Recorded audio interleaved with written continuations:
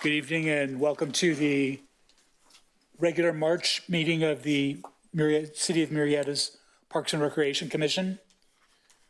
We'll call the meeting to order at 6:01. Would the secretary please call the roll for determination of a quorum? Chair Colopy. Here. Vice Chair Parker. Here. Commissioner Hunneman. Here. Commissioner Gilliland. Here. Commissioner Fernandez. Here. Let the record reflect all commissioners are present. Could we please rise for the Pledge of Allegiance led by Commissioner Hunneman?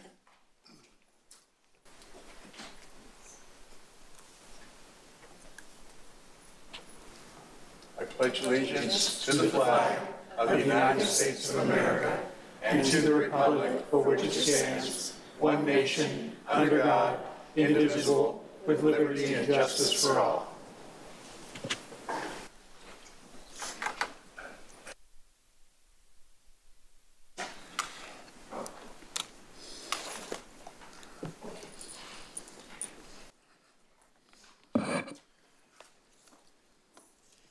The first item on our agenda tonight is a reorganization of the commissioner's officers. Just before we turn that over to Leah, if I could, I would just like to thank my fellow commissioners for the honor of being your chair for the last two terms. I am termed out, thankfully. That letter writing campaign didn't hurt either.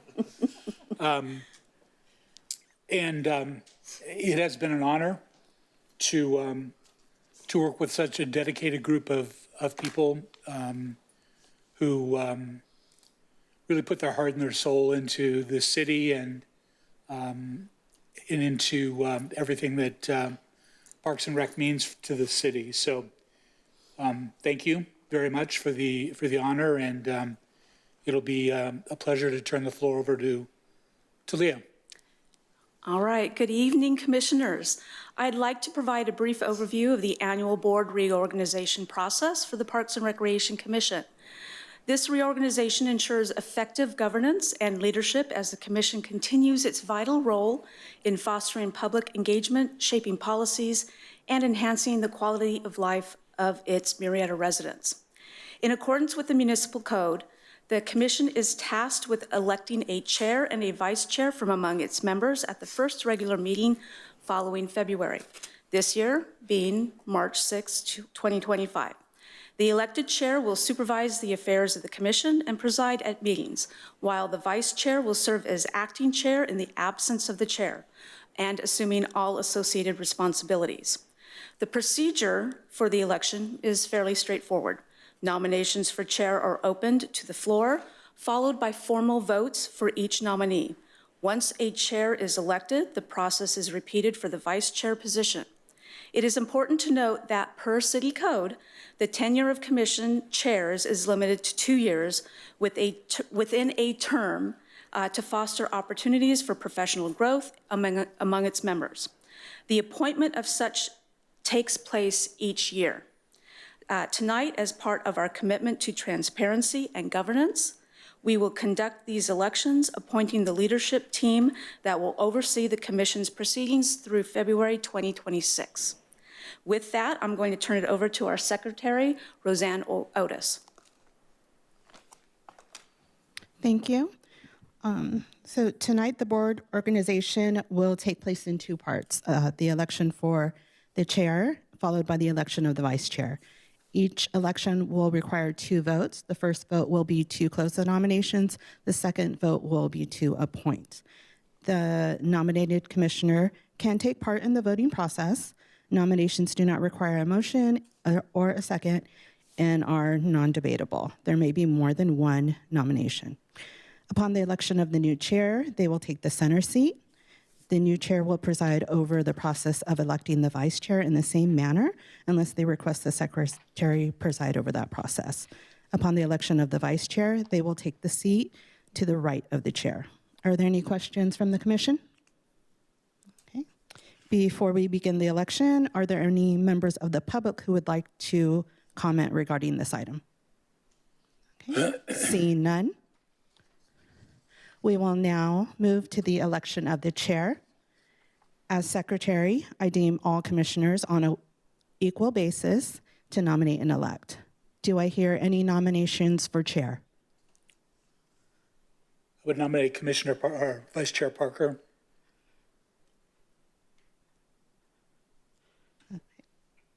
Are there any other nominations? Okay, seeing none. Commissioner Parker, do you accept the nomination? I do.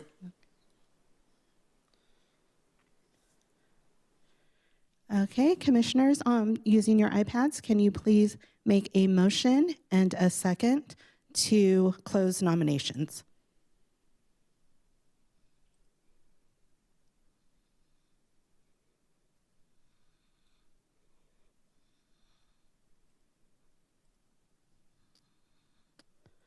Okay, we have a motion and a second. Commissioners, please vote.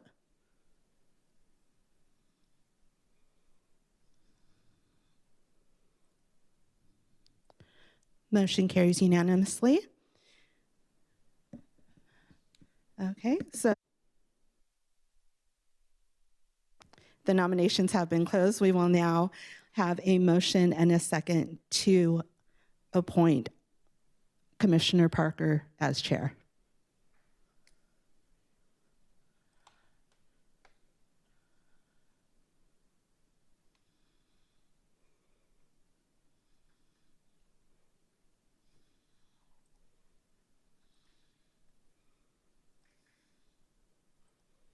Okay, commissioners, please vote.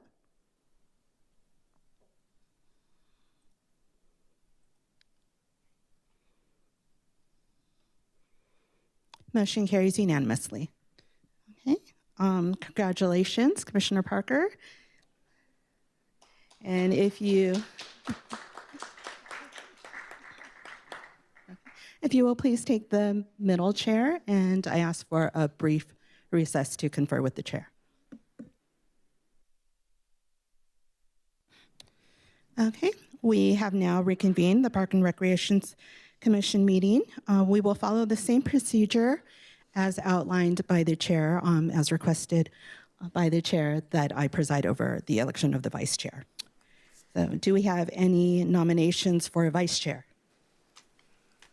I'd like to nominate Robin Gilliland as our vice chair.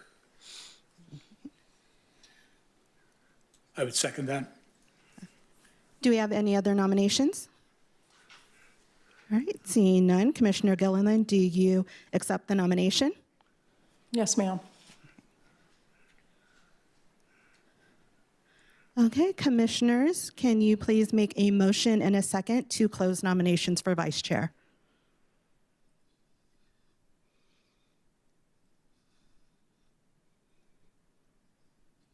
Okay, commissioners, please vote.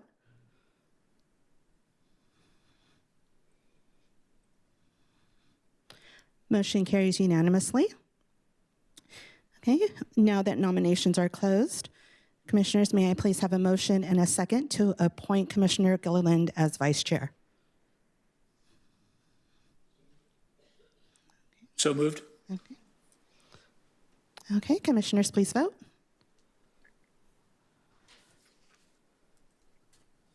Motion carries unanimously. I do ask for a brief recess as we update the nameplates.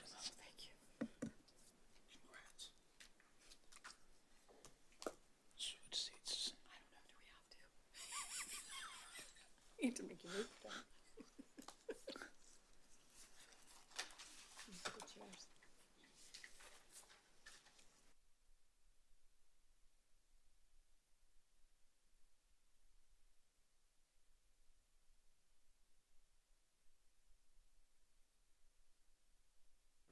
Sorry, I forgot to mention, Vice Chair Gilliland, can you please take the seat to the right of Chair Parker?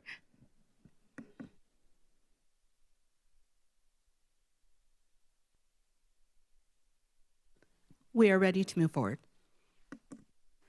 Thank you very much.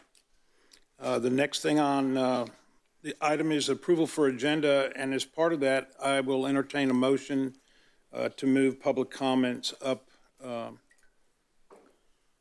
in front of that. or as part of that, we're going to move public comments up in front of administrative update? We could do the approval of the agenda, and then we can, you can, as chair, take the prerogative to move the public comments above the administrative update. But we could take the approval of the agenda right now. Okay, and then the next step, we don't need a motion for? No, you could take the Okay, prerogative. Okay, Yes. okay. So do I have a motion to approve the agenda? So moved. And a second? I'll second. Okay. Sorry, commissioners, can you please motion and second on the iPad?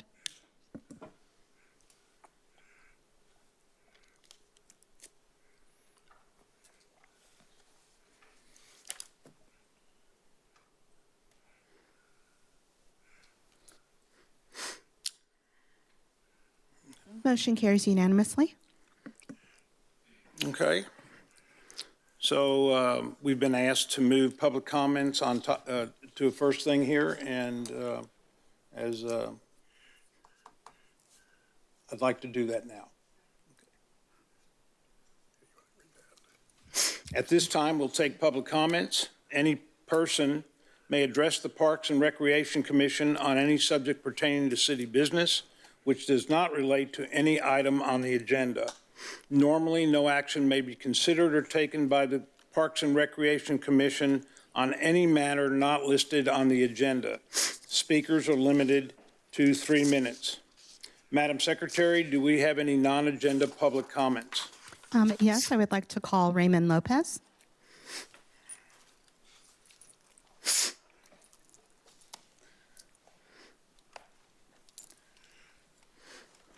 Thank you, ladies and gentlemen. Appreciate being here. Thank you for the opportunity to voice a concern that has a detrimental effect and potential embarrassment on the city and our Murrieta Girls Softball Association. Mr. Ambrose recommended I come here and talk to the Parks Commission.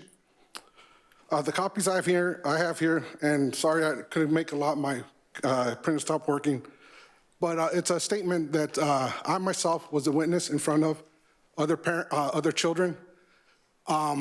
And I just wanted to get this taken care of. As far as the copies I have here for you are statements from both coaches, couple parents, but I have more, and letters that were sent out to board members about this incident.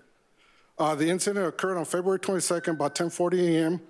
The board member in question came into our dugout glorifying all the shots she had the night before with her underage daughter, another player who is also on the same team as her daughter and one of our players. All this occurred in front of me and our girls, which range from the ages of 13 to 19 years old. The board member was bragging how hungover her and her daughter were, and that the reason why her daughter played like crap, and I'm putting it nicely, because of the night before. The board member even mentioned that she was still drunk from the night before. Our player just put her head down in embarrassment. She just looked down and just didn't want to continue the conversation. So I called for a huddle. And that gave her the opportunity for her to leave, and did a quick huddle, finished it, and then I went in and proceeded and informed my head coach.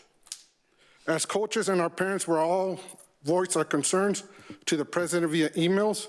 A week later, an email was sent to board members that everything I just mentioned was hearsay, and I just got served about all this, about what I'm doing today. Meaning that our girls that heard everything are liars, and so am I. I do not want to see this unprofessionalism from a board member go unnoticed. It was just swept under the rug.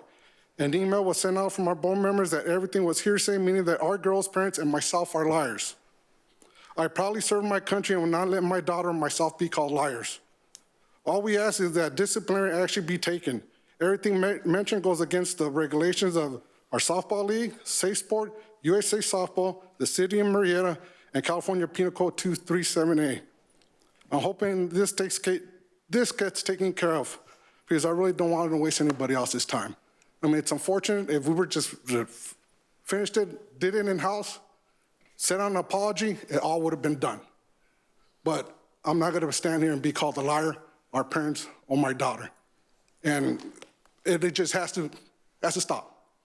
You know, this could have been taken care of, and I do not want to go any further and waste anybody's time.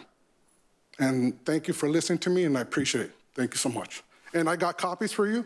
If you'd love to see the emails, I can email them to you. I got copies of myself, the other coaches' statements, some of the parents, I got plenty more, and also the letter that was sent out by the board saying that all this was hearsay. Thank you very much, Mr. Lopez, and appreciate you coming here tonight and addressing the Parks Commission. Thank you. Yeah. Thank you so much.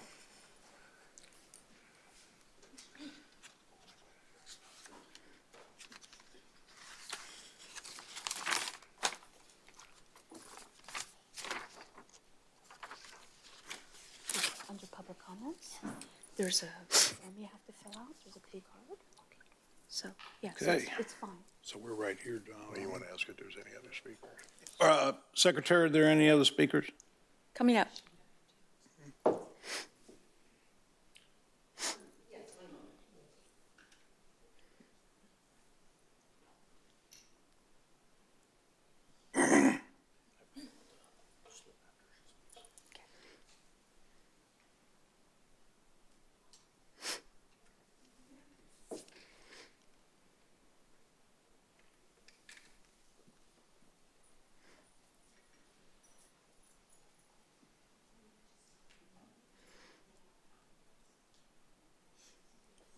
At least we're figuring this out. Take us another 6 months, what do you think?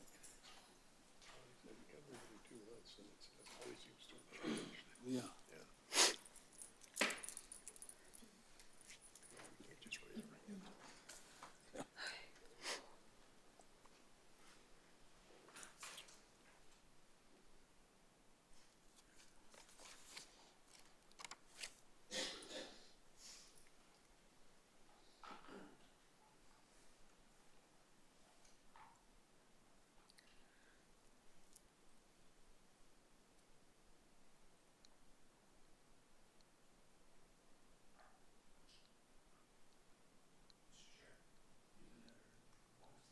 Okay, for the next speaker, I call Valerie Sasser.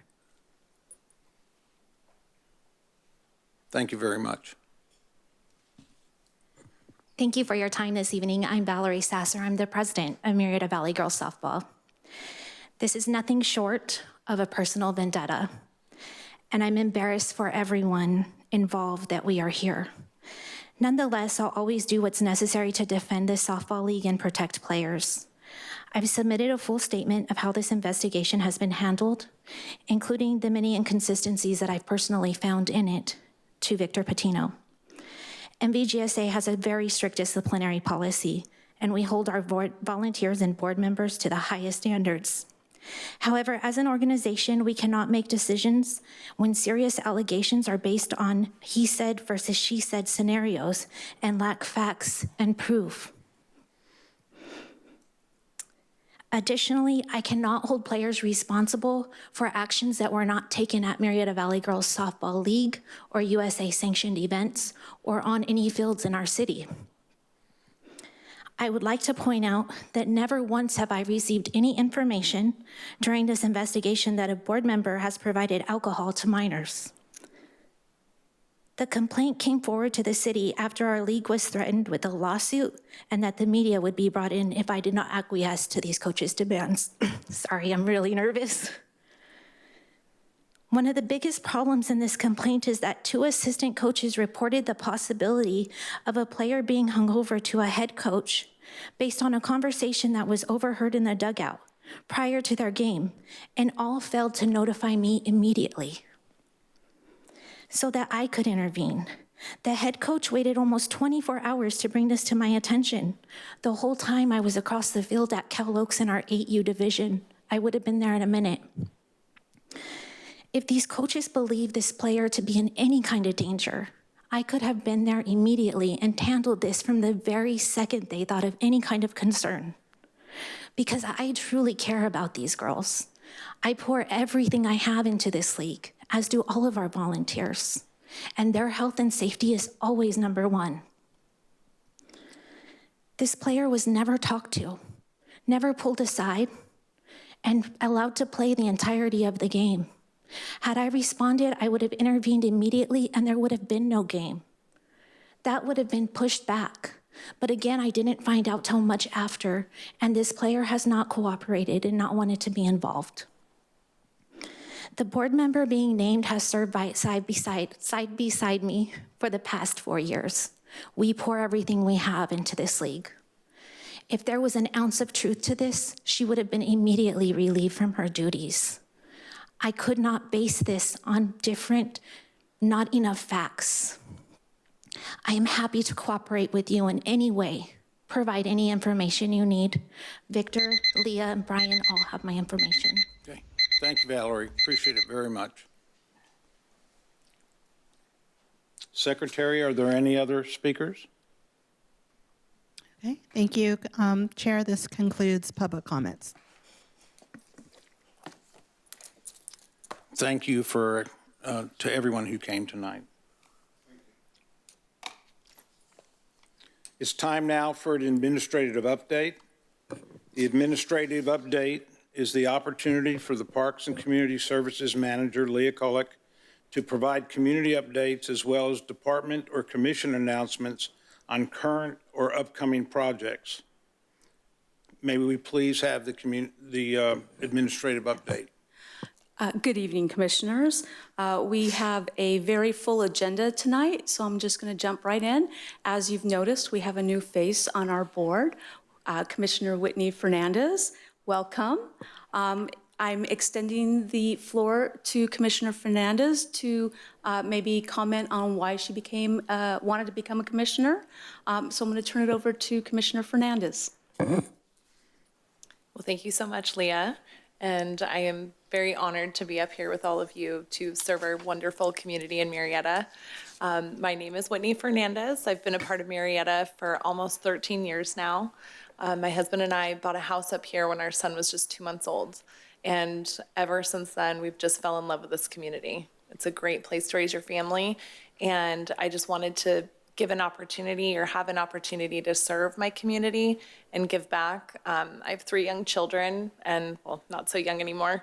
And, but they're all very active in sports, play Pop Warner, Little League Baseball. They race dirt bikes. We're a very active family. And Parks and Recs is just a great way to be involved with the community in a positive manner. So I just feel so honored to be here. So thank you. Thank you very much, Whitney. Good to have you here. Next up for admin update number 2, I'm going to introduce to you Parks Maintenance Supervisor Josh Havens. He's been with the city for 15 months now, around there. And he's going to start off with a presentation about maintenance and the Fix-It app. And this will tie in to later conversations on our discussion item for park assignments. So take it away, Josh. Good evening, everybody. Good to be here. Give you a quick park maintenance update. I'll try and go quick since I know we have a very full agenda tonight. Oh, the clicker's right here. Oh, I'm sorry. You're good. So who are we? These are our staffing levels. We have 6 maintenance workers. These are the staff members you see in general out in the parks doing our basic maintenance tasks, helping with volunteer events and special events. We have 2 senior maintenance workers. They work on more of kind of our skilled tasks as well as helping with our 1 inspector we have that does inspections of our sites as well as inspections of turnovers from new developments and stuff like that.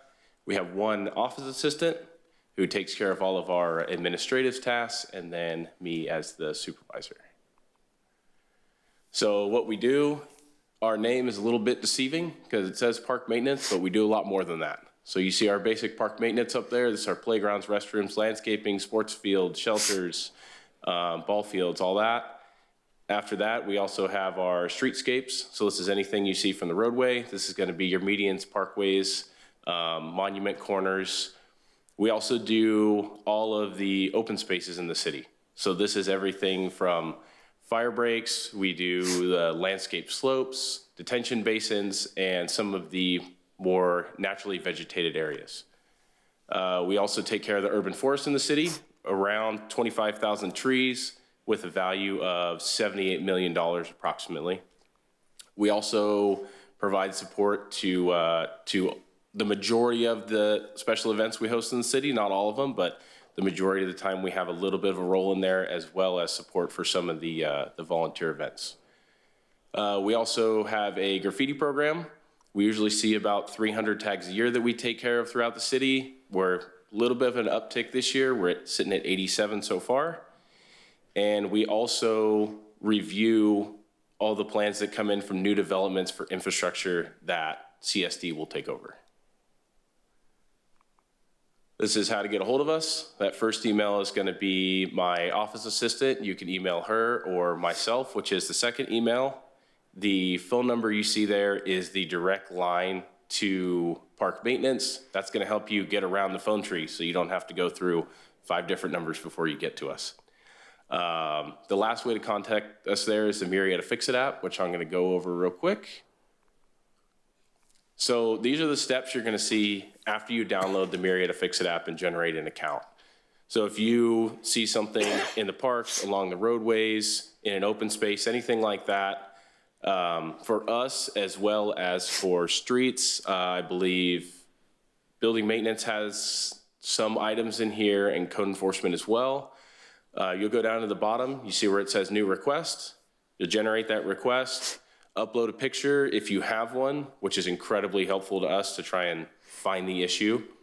It'll give you the opportunity to review the image you're uploading. It will also allow you to upload multiple images. After that, the other thing that is incredibly helpful to us is the location. So this allows you to either search by address, or you can actually move the map around and put that little pin right where the issue is at. So those two things from our perspective makes it a lot easier to kind of respond to these issues and get it taken care of in a timely manner.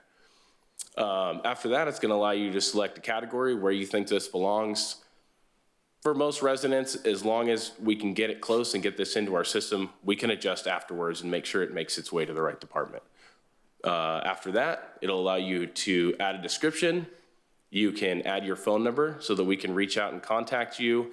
And that last box down there says, hide your identity from public view.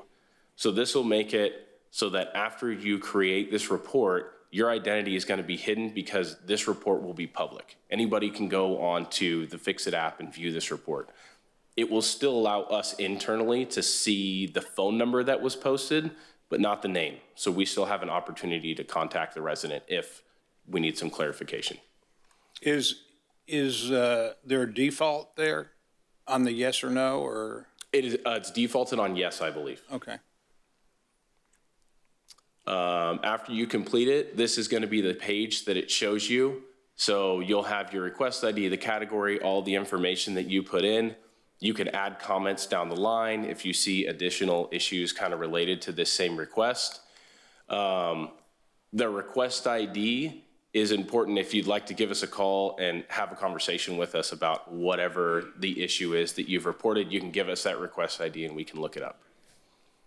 So that concludes my presentation. I'm open for questions. Commissioner? I just had a quick question about the graffiti. Mm-hmm. We would have about 25 per month regularly. It looks like they're up to like 43 a month now. What are you guys, do you guys work with the police department on that? Or what do we do in regards to? We do, depending upon if it's a tag that we're consistently seeing. Okay. So if we're seeing the same moniker over and over again, or in the same location over and over again, we'll partner with PD and kind of talk to them and say, hey, we keep seeing this. Yeah. Are you seeing this throughout the city, or the rangers as well? So if we keep seeing it in the same area, they'll increase patrols over there to try and reduce the number of tags we're seeing. Okay, good. That's what I was curious about. Mm-hmm. Thank you. I had a question also concerning graffiti. Notice that you folks work on graffiti on city property only.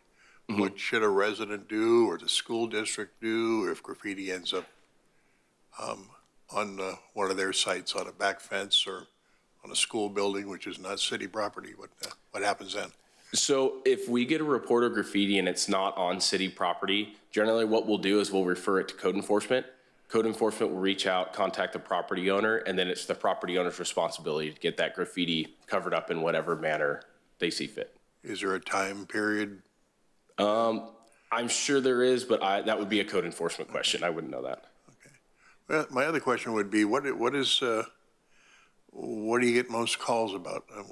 From maintenance? What is your typically high volume thing that you're dealing I would with? Is say it vandalism? Is it whatever? It varies depending on the time of year. Okay. Like right now, within the next couple months, because we've had rain and we've had really nice weather, we're about to get a lot of calls for weeds. When we see high winds, we get a lot of calls for trees. In the summertime, when school's out, that's when we see a lot of vandalism, we see a lot of tags, stuff of that nature. So they all kind of even out by the end of the year, but it just depends on the season, the volume of calls we're seeing for different items.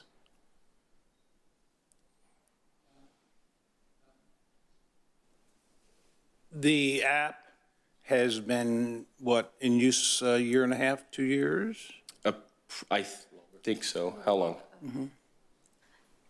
I believe it was introduced, first it started as like See, Click, Fix, and then it changed to Murrieta Fix It. So I think it's been in place upwards of 3 years now. Okay. Yeah, I think upwards of 3 years, maybe closer to 4. Okay, and at this point, do you have a feel for, I guess, how many people are signed up on it? How many people use it regularly? I'm not sure on the number of people, but we get a pretty consistent number of requests from it. We'll probably get about 5 or 6 a week coming in through the Fix It app. We still have a larger volume of calls compared to the Fix It app. Sometimes I think it's easier to just pick the phone up and call us. But it's definitely been effective. Mm-hmm. Mm-hmm. Does your department fall under Brian or the city manager? Where does That's kind of. So, you want to take that, Brian? Or? Yeah, So Parks Maintenance, we went through a reorganization, again, about 3 years ago, about the same time period there, where Parks Maintenance was removed from the Community Services Department and put under Public Works. And the goal in the future is kind of cross-training, letting some of Josh's staff work some Public Works areas and vice versa. Okay, okay. Back to the graffiti, so if it's on a visible, side of Walmart, and is there regulation on the fact that Walmart has to deal with it? Yes, there is. I don't know what the municipal code says specifically about like the timeline, but we do have a code that requires them to get that graffiti removed. Okay, okay. Thank you very much. Mm-hmm. I had one other just quick thing, and you can find the app on the city's website. There's a link to it there? Yes. Okay. There's a link on the city's website. You can actually put requests in through the city website, or it's also on both app stores, Apple or Android.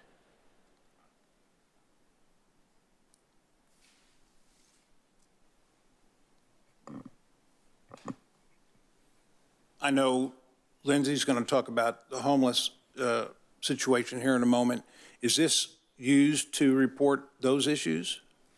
It absolutely is. So you can report graffiti, potholes, streetlights that are out, basically any type of concern throughout the city, and one of those is homeless services. So anytime an individual, a resident of the city or a business owner sees an encampment being set up, they can put into Murrieta Fix It, and it will directly, all homeless service issues go directly to Lindsay, just as any park maintenance issue would go to Josh automatically. Okay. Thank you, Brian. Thank you, Josh. Appreciate it. Back to you, Leah. Welcome. All right, I was trying to show you the home page, but because my laptop has dual screens, it's showing you my other screen. So while I fix with that, I'm going to introduce Management Analyst Lindsay Sisti. She's going to come up and provide a homeless update for you and point in time count.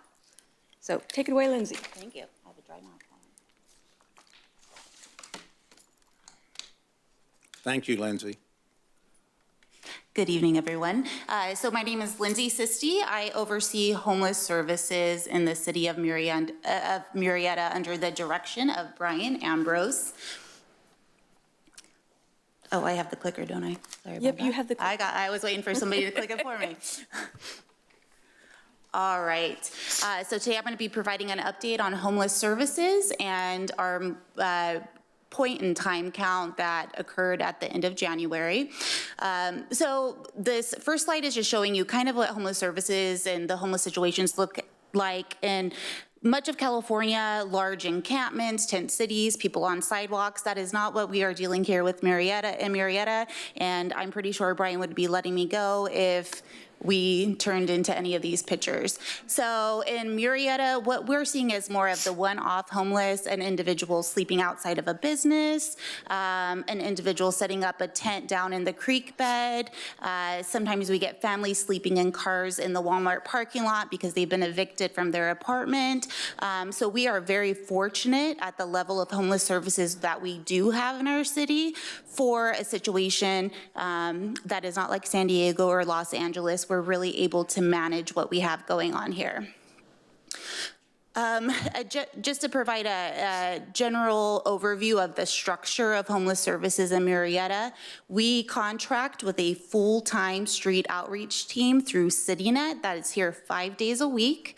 We pay for 16 shelter beds dedicated to individuals experiencing homelessness in Murrieta through our subrecipient Project Touch, so that if we encounter somebody who is on the streets, wanting to get off the streets today, we're able to get them in same day without any barriers. I don't know if you are familiar with homeless services across the county, but the fact that we have dedicated emergency shelter beds for our residents is huge. I used to work for the county, and if we'd encounter somebody wanting shelter, we would call shelter after shelter after shelter, get denied. They'd say it's a 2-week wait, and we would lose the client at that point. So we are incredibly fortunate that our city dedicates funding for emergency shelter beds. Additionally, city has a local tax measure, Measure T, that funded my position, but additionally it funds a specialized policing team, our community policing team, who I work with daily, our outreach team works with daily to respond to calls regarding transients or individuals experiencing homelessness. They'll respond, and if it's somebody who's not committing a crime, they'll call us and say, hey, we have somebody out here behind Barron's. They're having a tough time. They're wanting assistance. They're not going to arrest the individual. They're going to call our street outreach team, and we're going to try to assist them at that point. As far as other Measure T funded operations, we have our clinical, is our CBAT team. It's our clinical behavioral assessment team that we work with. It is a specialized police officer who rides along with a clinical therapist to respond to individuals who are experiencing mental health crises. So we often work with them because clearly when you're dealing with the homeless population, there's a lot of overlap with mental health. So they're always there to support us as well. Is that county?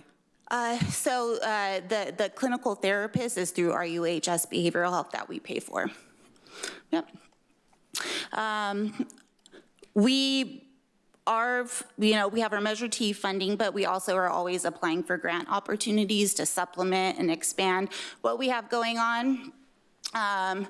The first big grant the city was awarded was during COVID. It was over $1 million under the Emergency Solutions Grant coronavirus project, and that really helped us expand our street outreach and shelter operations. Since then, we have our HIP, our Homeless Housing Incentive Program, to fund our street outreach program. And in a little bit, I'll get into some amazing funding that is coming down the pipeline to expand services. So starting with street outreach, just to give you an idea, in 2024, our street outreach team opened 220 individuals experiencing homelessness in Murrieta. I mean, I don't know about you, but do you think we had 220 homeless people in Murrieta? If we did not fund these services, the visible street homelessness here could get out of control very quickly, but the fact that our city prioritized these services keeps street homeless almost invisible in our city. I like pictures, so this is what we deal with on the daily. So we have individuals down in our green belt or flood control properties.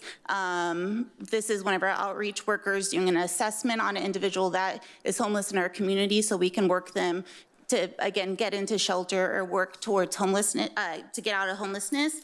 And to give you an idea, in the calendar year 2024, of the individuals that were engaged, 85 of them went into our emergency shelter.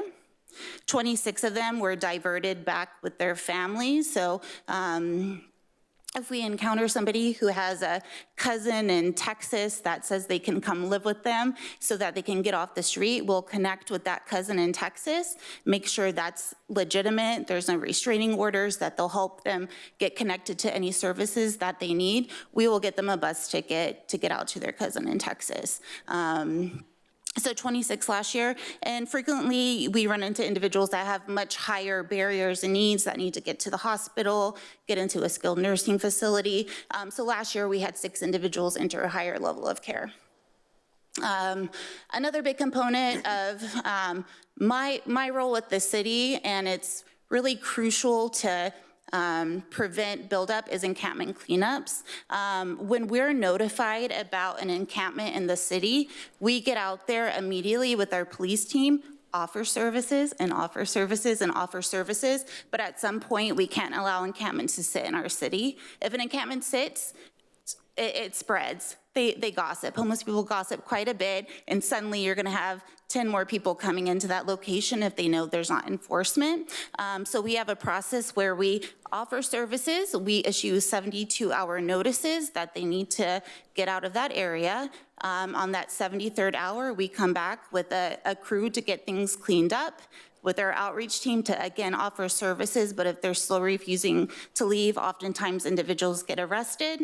Tomorrow morning, I have a massive cleanup in our Murrieta Creek. I'm pretty sure that individual is gonna refuse to leave, so he's probably gonna unfortunately end up going to jail. So these are some of our before and afters. Just to give you an idea, they get very creative, build little houses, and are very messy sometimes. This picture I wanted to highlight is a mitigation effort that took place last year. So off of Murrieta Hot Springs, the former synagogue, there's a tunnel system right down on the side of it. That area became essentially a drug den. We had overdoses down there, fires down there. Word spread really fast that this was an area to hang out and build a living room and have fun. We had fire, so because of the multiple issues down there, we were able to get with our police chief, our fire captain, our public works department, and they built these nice metal gates on the tunnels, and that area has not been an issue since. I would say police outreach were down there multiple times a day prior to that mitigation effort. So the other big component is our emergency shelter. I'm sure a lot of you didn't even know we had an emergency shelter in the city of Murrieta. It's in a residential area. Again, we pay for 16 beds per night. I would say we're always full, often beyond capacity, but the shelter served 240 individuals. And again, these are individuals with ties to Murrieta. We're not housing individuals from San Diego or Temecula. This is Murrieta residents falling into homelessness. I wanna say, let me look, out of those 240 individuals, about 50 of them were children. And as far as the referral source, 40% of the people that entered shelter, those referrals came directly from the street outreach team. So these are individuals in their cars, reaching out through the hotline for our outreach team. 13% of the referrals were directly from our patrol, our police patrol. So after hours and on weekends, our police department has the ability to access the shelter beds for individuals that they encounter when our outreach team is not accessible.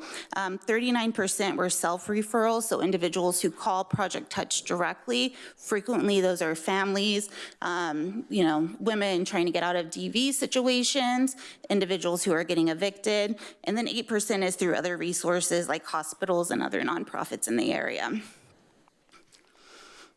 Lindsay, what the emergency shelter is individual homes? So our shelter in Murrieta, it's a fourplex apartment off of the Loop on the east end of town, down Murrieta Hot Springs. One really huge benefit of working with Project Touch is outside of the shelter. Project Touch actually has, I want to say like 250 transitional housing beds across the region. So we can get individuals into emergency shelter, and if they're able to get a job or if they have income, rather than having them return to the streets after emergency shelter, there's this whole network of transitional housing beds that they can transition into to give them more time to get themselves stable. So it's not your rack 'em and stack 'em type shelter. These are just pictures. We have 2 full-time case managers that we contract through CityNet. So when the clients get to the shelter, they're immediately focusing on a housing stabilization plan to figure out next steps. And again, our goal is always going to be to reduce that recidivism back into homeless. Of course, it happens sometimes, but it's really important for us to have staff there that are focused on, a positive exit from that location.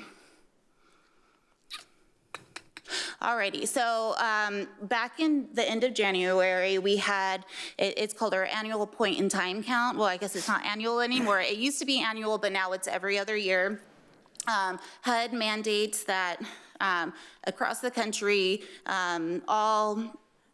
it's called Continuum of Cares, but we don't need to get into that. But they coordinate essentially a point-in-time count where volunteers go out for 4 hours one morning in January and literally count all the homeless people in the area.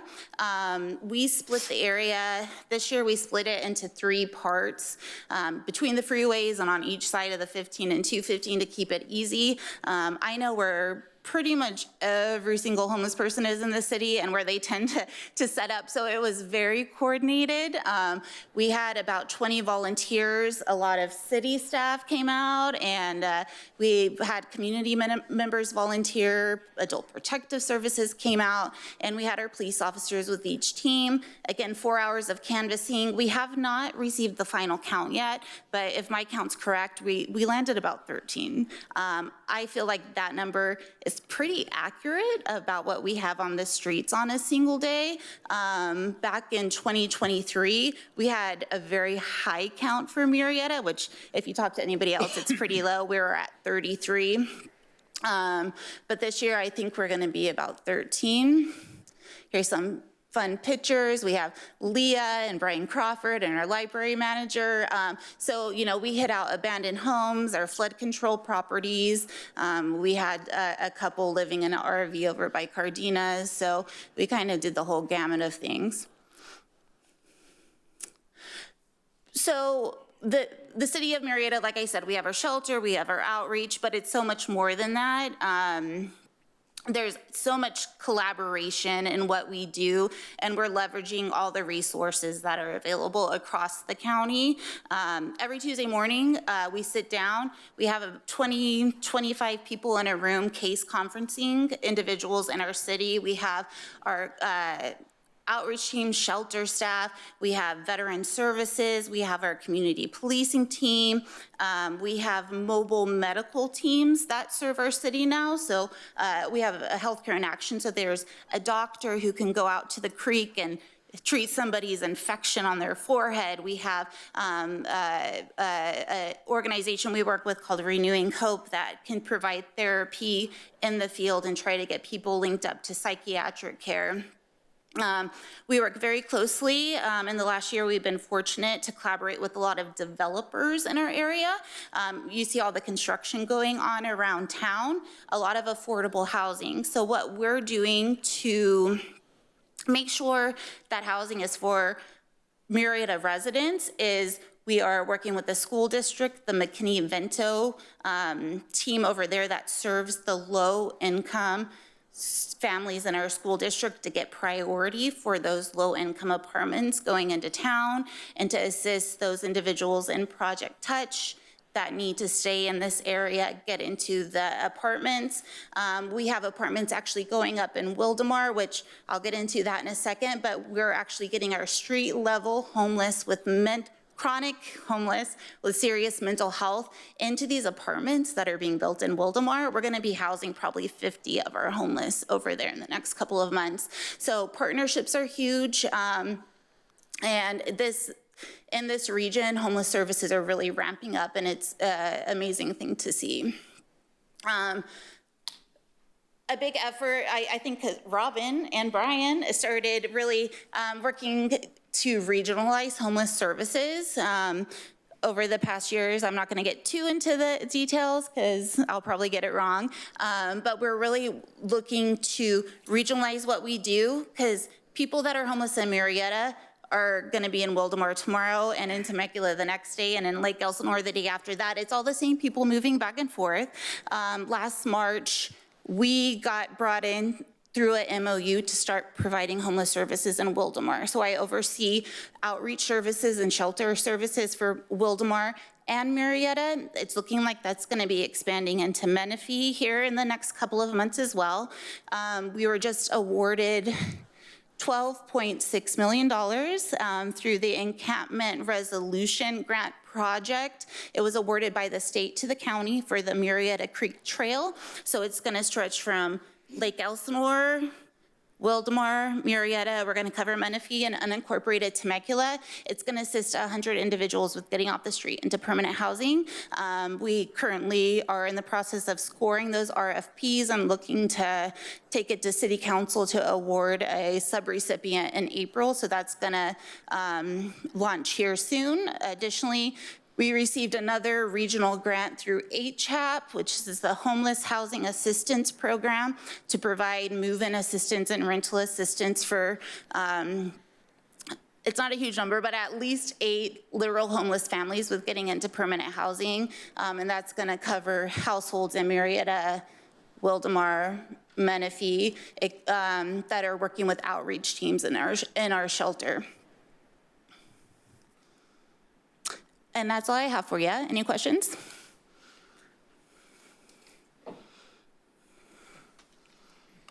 With Project Touch, you say we have 16 beds in the city. Correct. So when you guys did, and I meant to go with you guys on the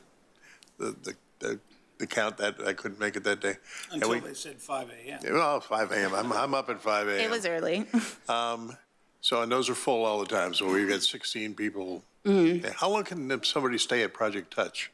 So we kind of work with a level of flexibility. When individuals go to the shelter, there is an expectation that they're going to put some effort into figuring out their next steps and not just go and sleep all day, every day at the shelter. If somebody is there and has no intent on trying to resolve, we typically do 21 days is kind of like our number.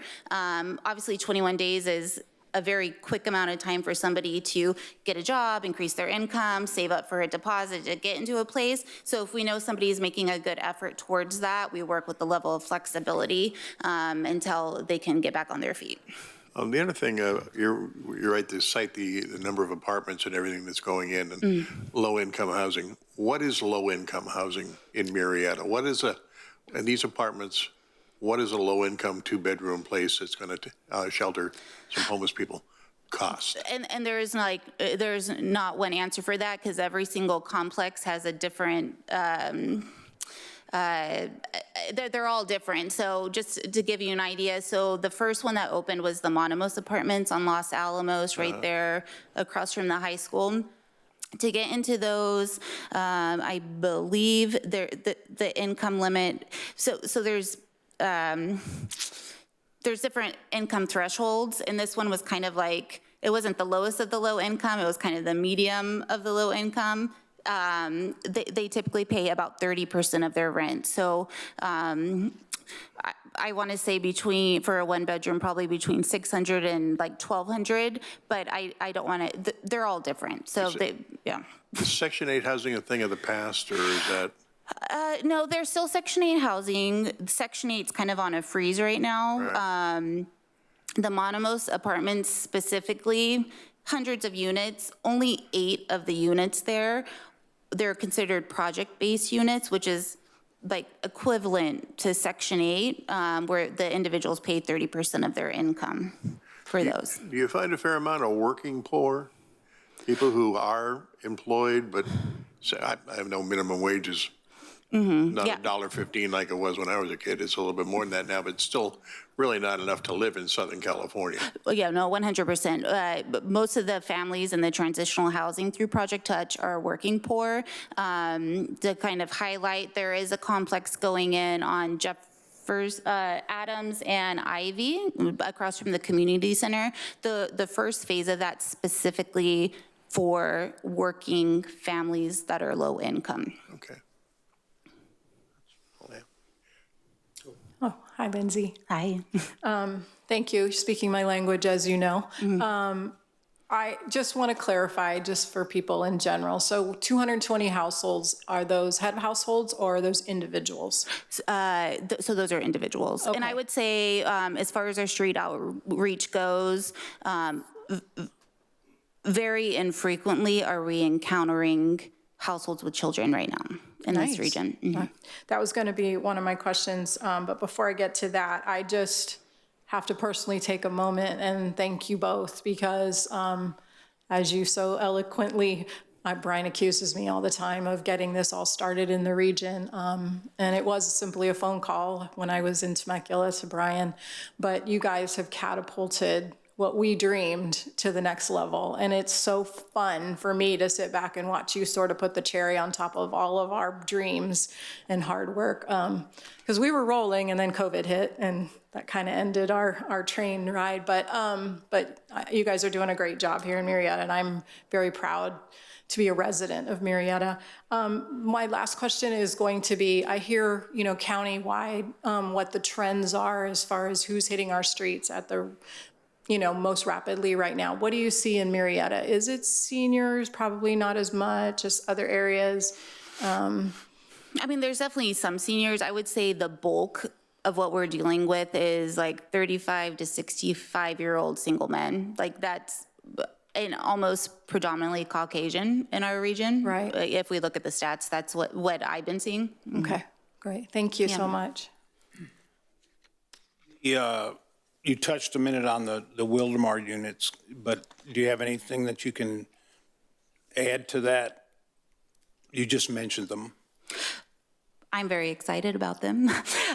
So they're really an opportunity for us to house kind of our hardest to house individuals. So there are no place like home units, so funding through the state, specifically for households where individuals are chronically homeless or at risk of chronically homeless. And that definition, to be chronically homeless, it's homeless for more than 12 months or a period of 12 months over 3 years or something like that. I feel like I get that wrong. But those are the individuals that are really hard to place at a shelter in a congregate setting because they tend to not do well when they're sharing a space with somebody. So this is going to be an amazing opportunity for us to get kind of our hardest to house individuals into their own place and really out of we have a few people in our creek we're going to get over there, and they're really excited to get their own space, an opportunity they never thought they'd have, and those units are going to have supportive services on site. So we're not just throwing people into units, we're going to have follow-up case management, and they have behavioral health staff that are going to be stationed at the apartments full-time. If I can jump in real quick, because Lindsay's being incredibly modest right now. The Tres Lagos apartments probably won't even open for 2 more months or so. We were notified early this week, that 20, without even being open yet, 20 of our hardest to reach homeless individuals will be housed at Tres Lagos. They've already been accepted into the program. These are people that 2-3 years ago, before Lindsay got here, that I was attempting to work with when I was here single-handedly and could not get these people housed because they have significant mental health issues, substance abuse issues, trauma from when they were children, and they're now 60 years old that's been unresolved. These are your disheveled people walking down the street that nobody wants to work with, and 20 of them from Wildemar and Murrieta will be housed at Tres Lagos in 2 months. It's an amazing feat. No other city and no other region is doing this in California, to be honest with you. So, Lindsay, we've talked about it. How many total units over there in that? Did you say 80 or? No, the first phase is 84, I think, and there's going to be 2 phases. Of those, half of them are to serve this population. The other half are just low income. Okay. If I could real quick, one more question, because this is the Parks and Recreation Commission. What is the homeless situation in our parks? Is it an issue?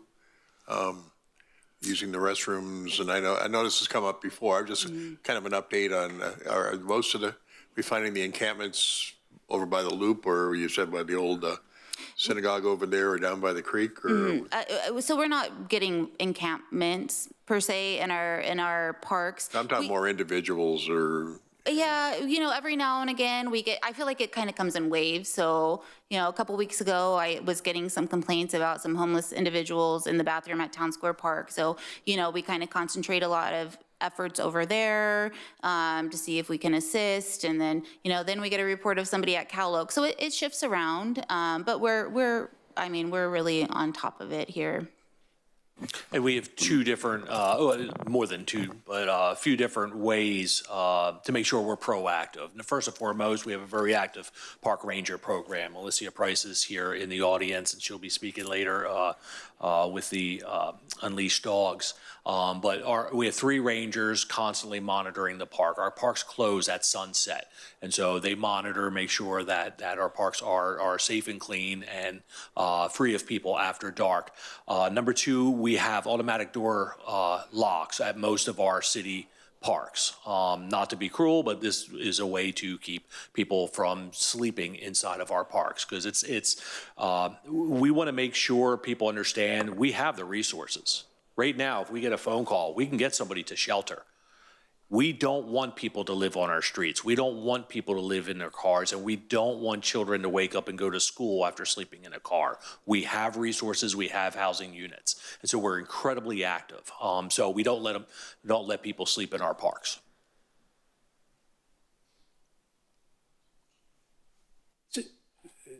So Lindsay or Brian, first of all, let me echo Robin's comments in terms of really doing a phenomenal job. It's you're to be commended.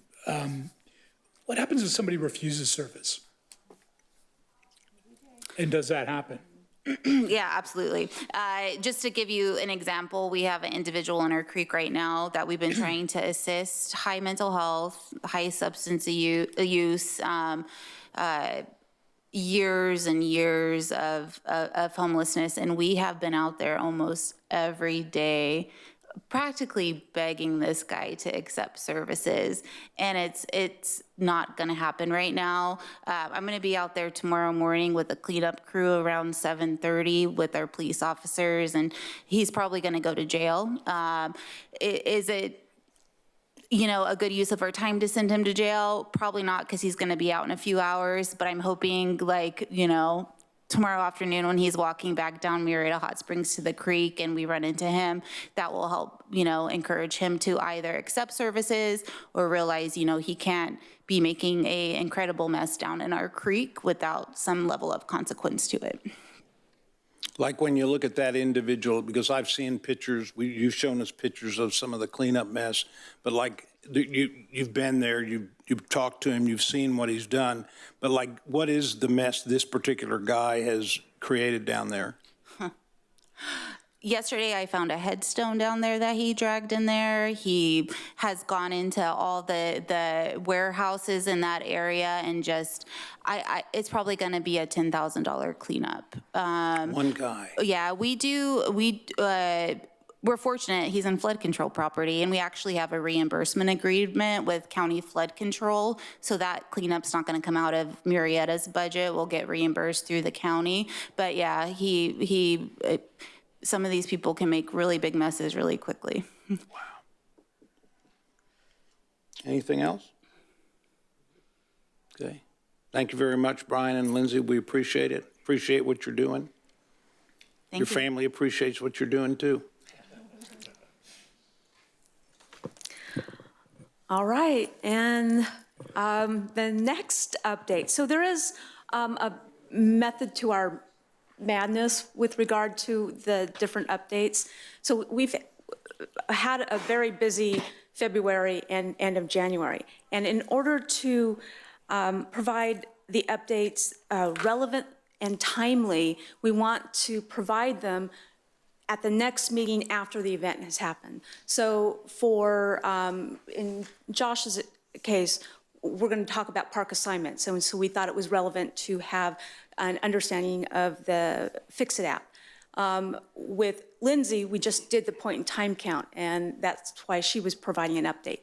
And for Michelle, Recreation Coordinator Michelle Hamilton, who oversees all of our instructor classes and our adult recreation program, and our largest adult recreation program event of the year, the Valentine's Day Dance. And so I'm here to introduce Michelle to provide that update for ARP, the Valentine's Dance, and just in general, our recreation classes.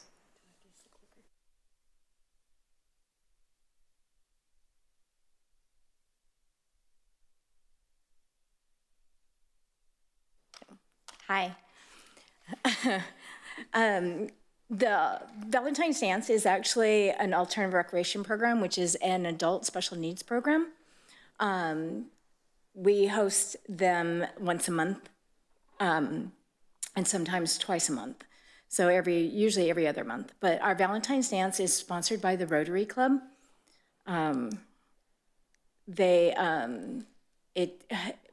We host like anywhere from 80 to 120 special needs adults that do this dance as a semi-formal.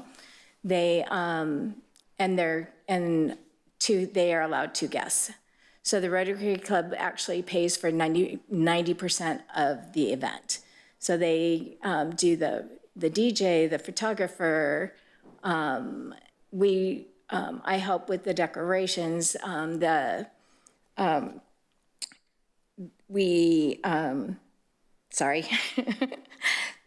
DJ, the photographer, and the caterer. The caterer brings in the food, and we have the Interact kids from the high schools. They serve the food, they clean up, they dance with them, they do conga lines, they have a whole thing. So that's our biggest event every year. And like I said, and the Care Right also helps with us. Care Right is a vocational program. They are job coaches for them. They help do the boutonnieres. They help promote it so that we get our participants there to attend.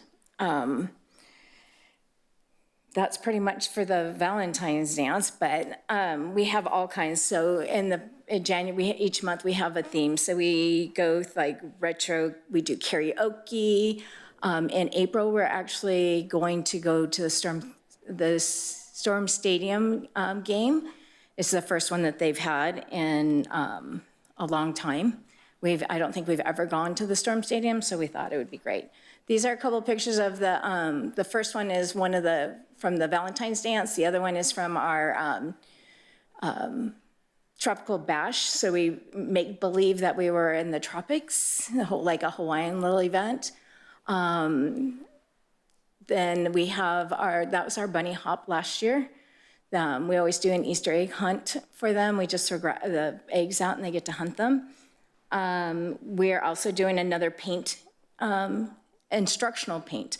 So this picture was done 2 years ago, where our very first ever paint, and we're like, okay, we're gonna try this and see what happens. They loved it. So we have somebody who comes in, it's like kind of like a paint and sip. So but they come to us, the instructor comes to us and does that. So. That one? You have paper? It's in the blue folder. I printed it all for you. You have an outline too, but then I also did the slideshows for you. Okay, so we actually established this program in 2008. Originally, somebody proposed it as a weekly program. We decided it should only be a monthly program. In 2009, we decided that it should have a little bit more, so we did every other month. We'd have two of them. And then in 2008, we had like 20, we started out with 20 participants. I still have a few of those participants who still come to our program, which is nice.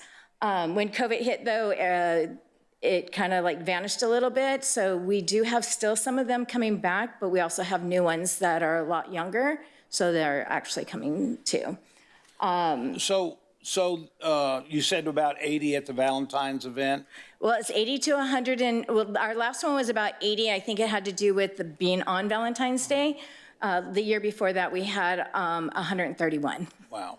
So in any given month, let's say, how many people are you touching? We average anywhere from 30 to 55 people. Before COVID hit, my program was up to 80 people. So yeah, we used to be at the senior center when we were first starting out.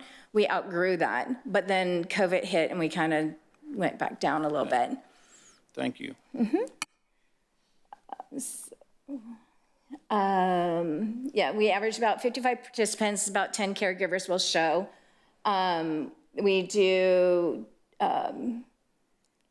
Easters, we do Thanksgiving, we do potlucks, we do arts and crafts. Not at every single one. We're going to the storm game. We're gonna do a make-believe bonfire inside our building. So that should be a good one. We'll do a tie-dye potluck at the youth center where they can we'll figure out something. We've done tie-dye t-shirts, we've done towels, we've done different things like that. We're also gonna do an animal kingdom and bring in the LL reptiles, just so they have something else different to do. We'll do a fall carnival.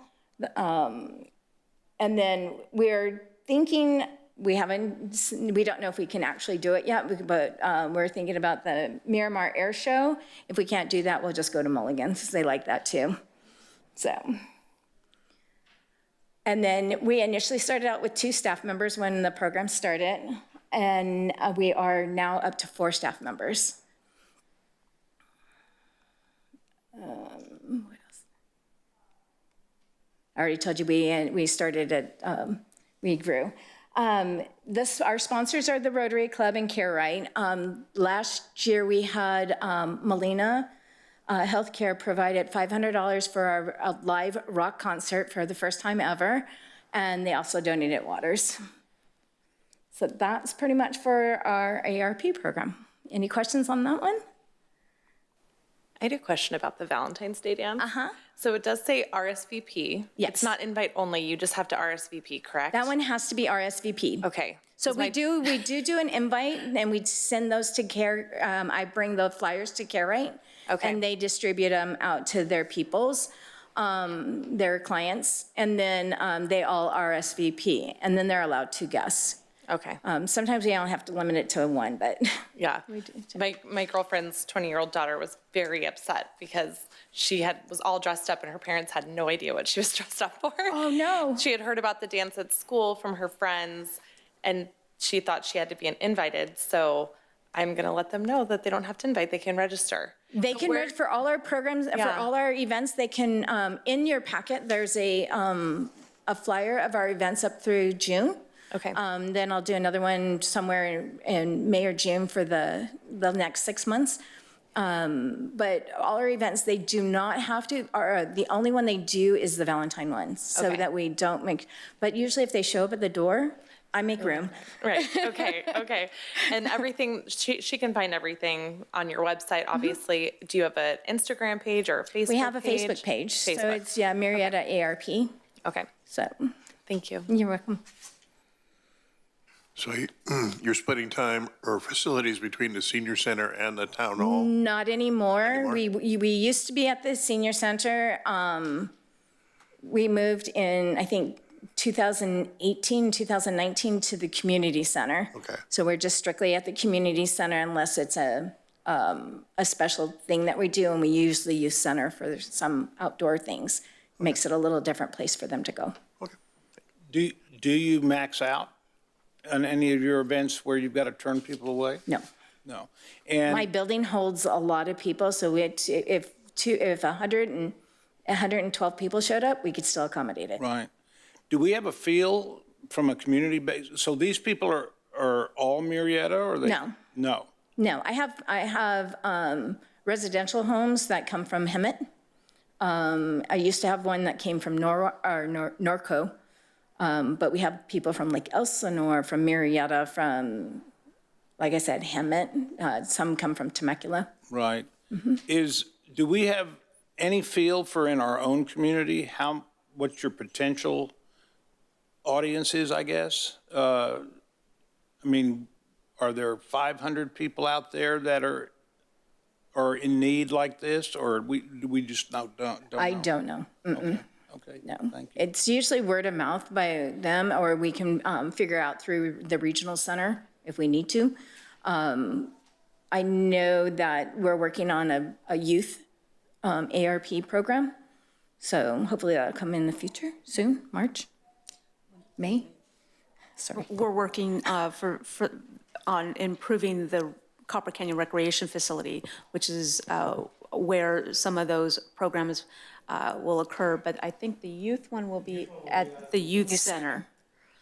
So that's something new that we come to find out that there's a need for the younger ones. So.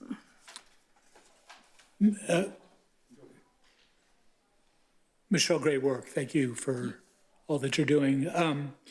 How do you find sponsors, or how do sponsors find you?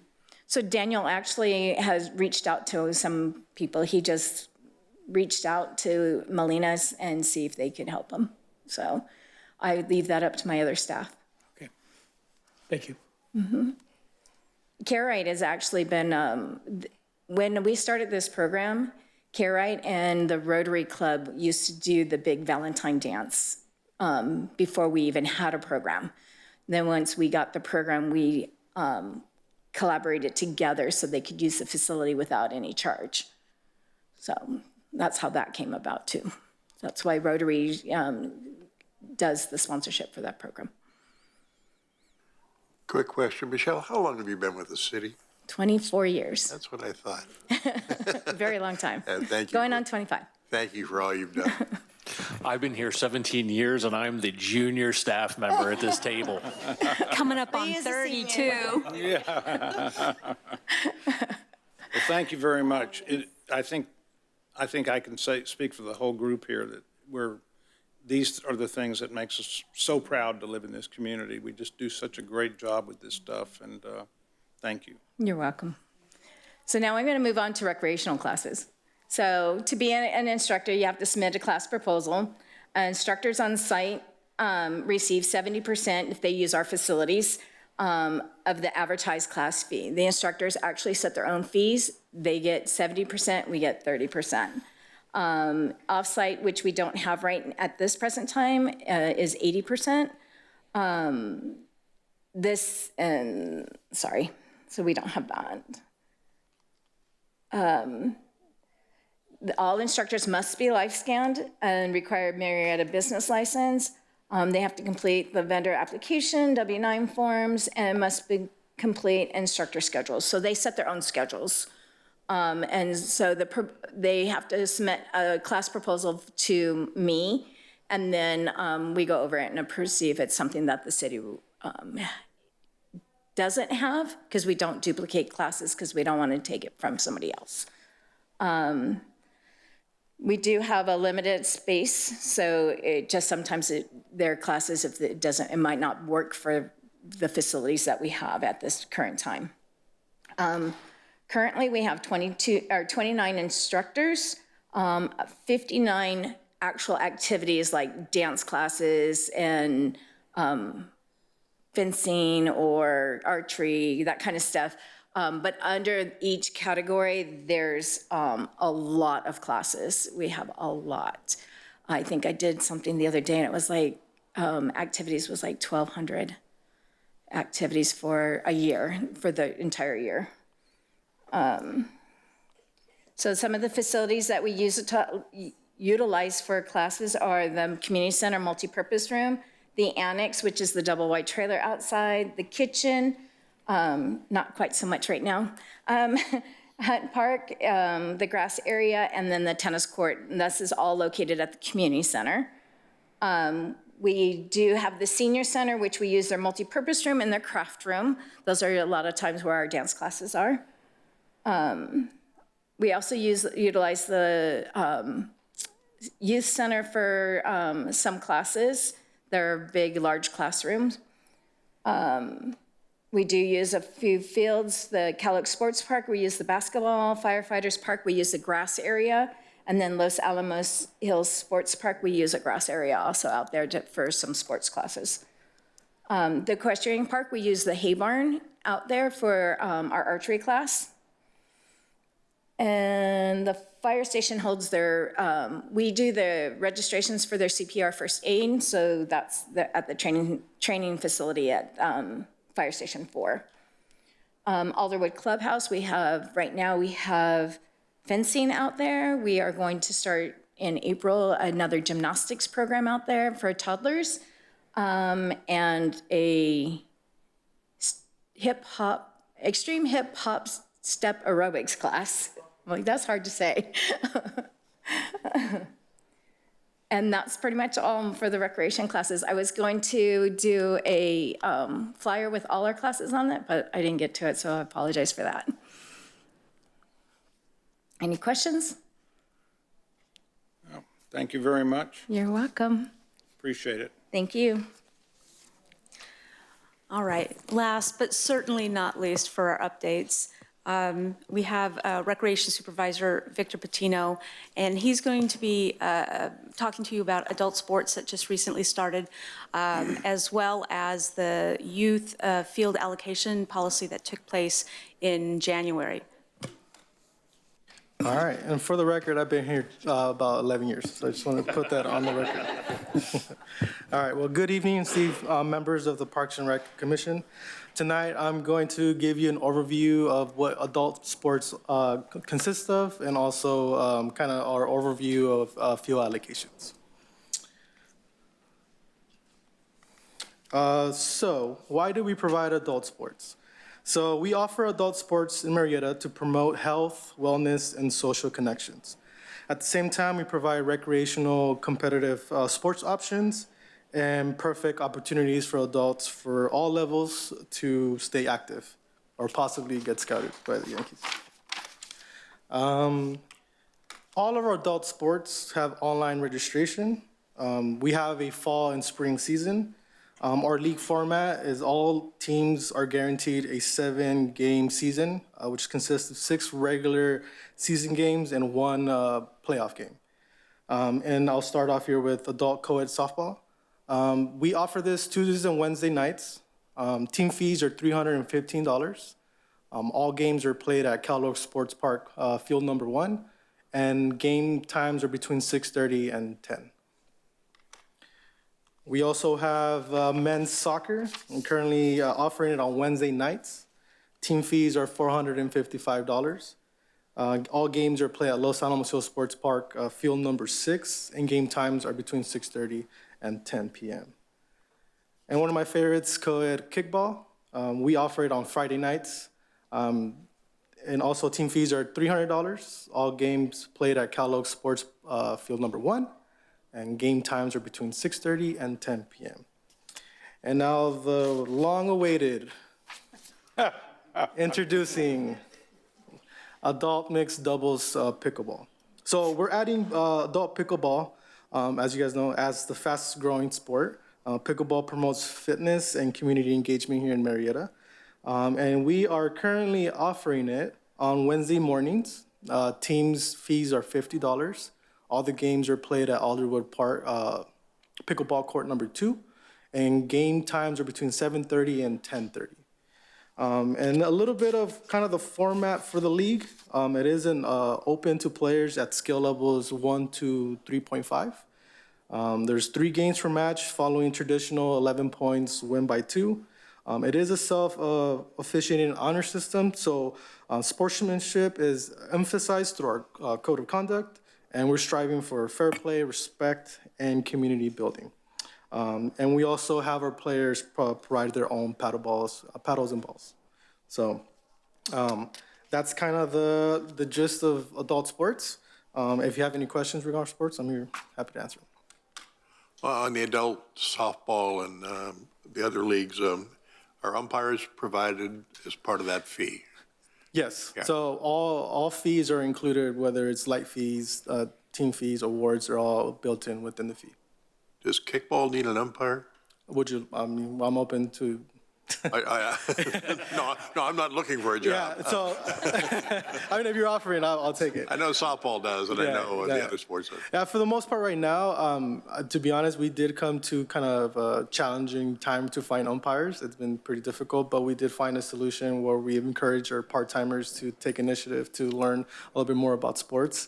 And now there are officials. They've kind of been trained, and now we have one of our part-times pretty much taking over all softball. We had one other part-time who is actually one of the head coaches for the JV squad at Lakeside. He's going to be one of our refs for adults soccer.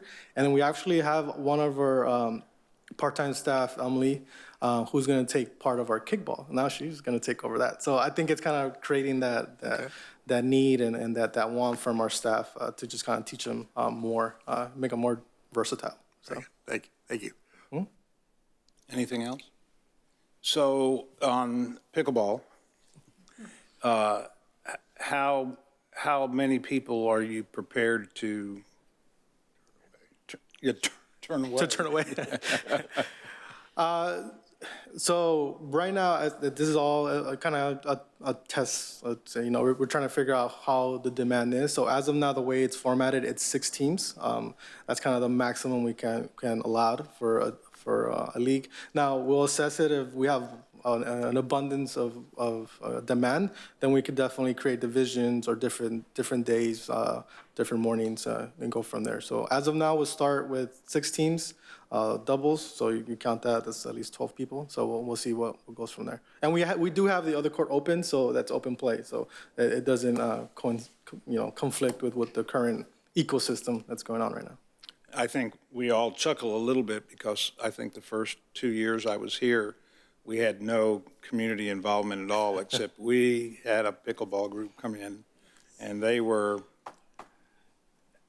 serious about their pickleball. Oh, yeah, they're serious, yeah. I'm curious, just Temecula apparently just opened a pickleball facility the size of the state of Utah, I guess. And I'm wondering if that's taken any of the pressure off the calls or the demand we're getting here in Murrieta. Not necessarily. There's a lot of pickleball players in the Southwest Riverside County region. You will be getting an update, I think, at the next meeting from our senior program manager, Brian Crawford. He is completing the design over at Alderwood. We're going to be adding 3 courts up there. That's going to allow Victor to be able to increase and allow more league participation as well, tournament play, things of that nature. It's going to be a beautiful design, and we're looking forward to that. We're looking forward to having more courts. So if you're curious, we do have a capital improvement plan page on our website. So if you go to murrietaca.gov, you'll find on the left-hand panel here on your screen, you can see that's the capital improvement plan page. And then right below it is the all by itself, pickleball courts planning page. You can find all your updates on our website.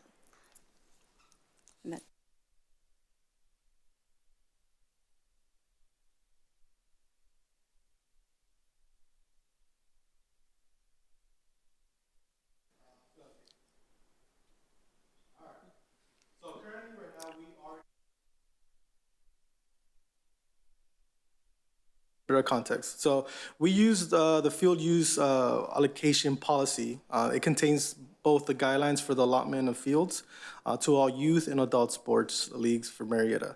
The policy is occasionally reviewed by City Council and Parks and Rec Commission. And this policy ensures that fields are allocated according to the needs of the residents of Murrieta. So a little bit of background. How do we conduct these allocations? So staff and league representatives meet twice a year before each season, which is spring and fall, and we discuss policy and allocation of fields. We host a Microsoft Teams meeting where we finalize the summary report for the season, and we discuss any pending issues from last season. But for the most part, I can say this meeting are completed in an amicable fashion. So that's the least to say, right? And currently right now, the current order of priority per the field allocation policy is as follows, see here. So the City of Murrieta, Murrieta Valley Unified School District, we have recreation, resident recreation youth groups, resident competitive or travel youth groups, non-resident recreation competitive or travel youth groups, resident adult groups, or non-resident adult groups. A little bit of what it's a resident league and non-resident league. So a resident league or organization is one in which the resident participation is at least 80%, and the governing board consists of 80% Murrieta residents. And the opposite of that is the non-resident league, organization is one in which the resident participation does not meet the 80% or the governing board meets that 80%. Now, the city has limited availability for facilities, so we only recognize 2 like sports or 2 like organizations, and this helps mitigate impact on on fields and properly allocate field space for our youth leagues. Our current leagues that we have here we have here Murrieta Valley Girls Softball Association, Murrieta National Little League, Murrieta Valley Pony Baseball, Murrieta Youth Soccer League, AYSO 1463, Murrieta Pylon to Pylon, Murrieta Valley Pop Warner, and Murrieta Valley Youth Basketball League. And just to kind of give you context of what allocation looks like in numbers, here's our current inventory of fields. So we have 3 sports parks. That's Alta Murrieta, Cal Oaks Sports Park, and Los Alamos Sports Park. And those are only sports parks with lights in the city, okay? So we have 10 parks that have athletic fields. Some notable ones are Copper Canyon, Mountain Pride, Torrey Pines. And then per our use joint agreement with the school district, after 5 p.m., we get access to school sites. So we have 11 school sites that we're able to use for athletic fields. Some notable ones are Warm Springs, Tobushaw, and Chavela. So in totality, we have 24 facilities and a total of 78 fields. Now, I know that sounds like a lot of fields, right? But when I put it in perspective, across all 8 leagues for spring, fall 2024, we approximately had 10,300 players. And of those, approximately 8,200 players are residents of Murrieta. So giving you an average residency of 80%. And I'm proud of that number. And I do give credit to all the leagues that partake here in the city because they take pride in Murrieta.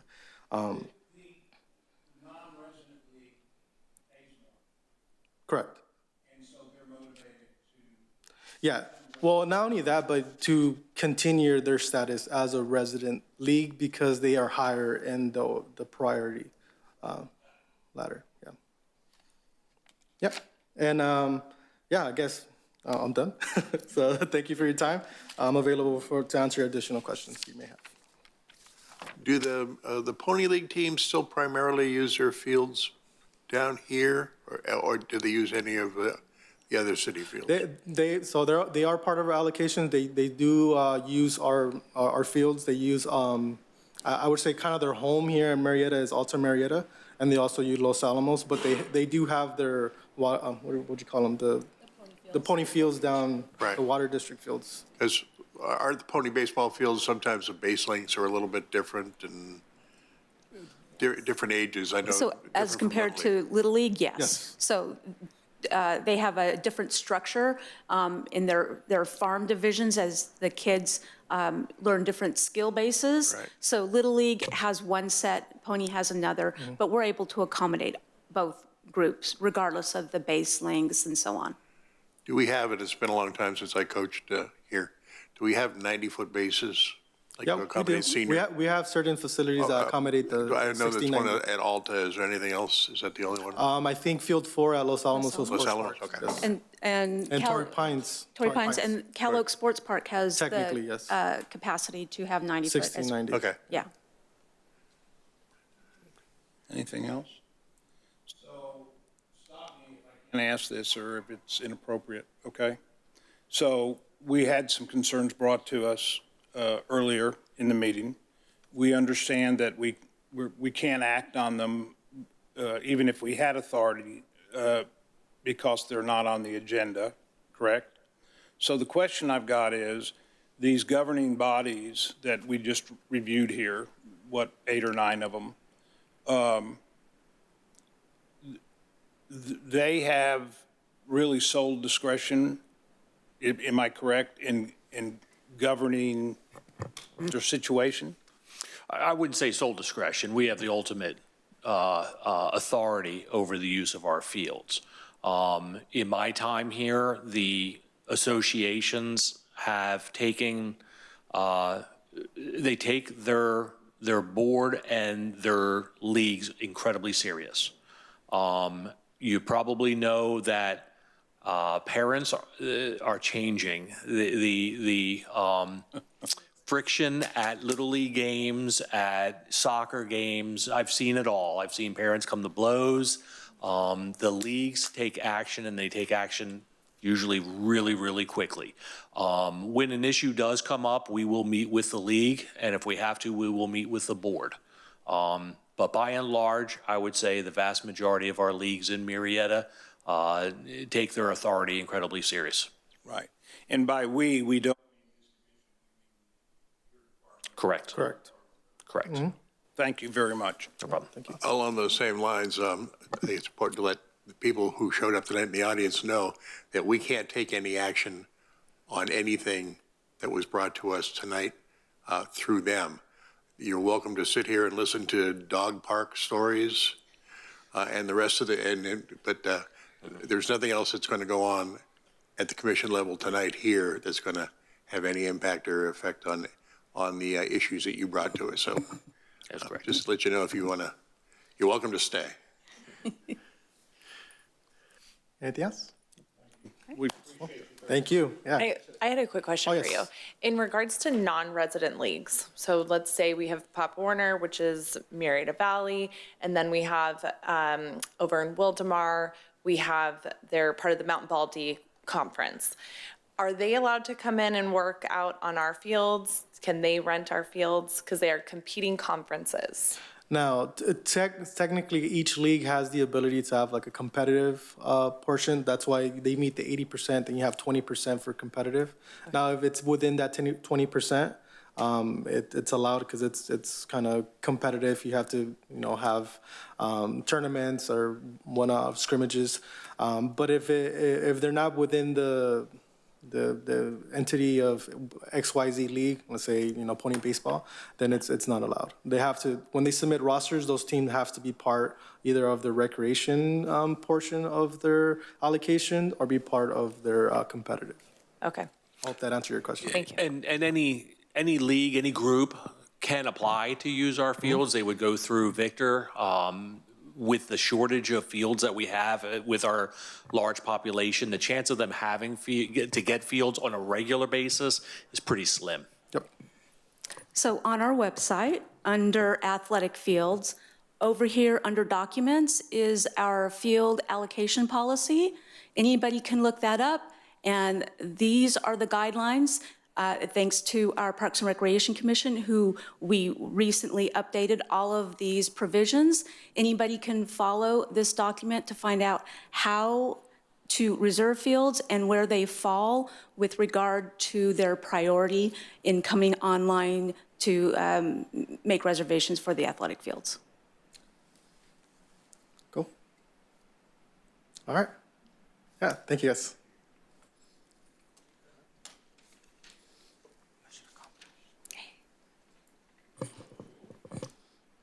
You're up next with consent calendar, so that's where we are on the agenda.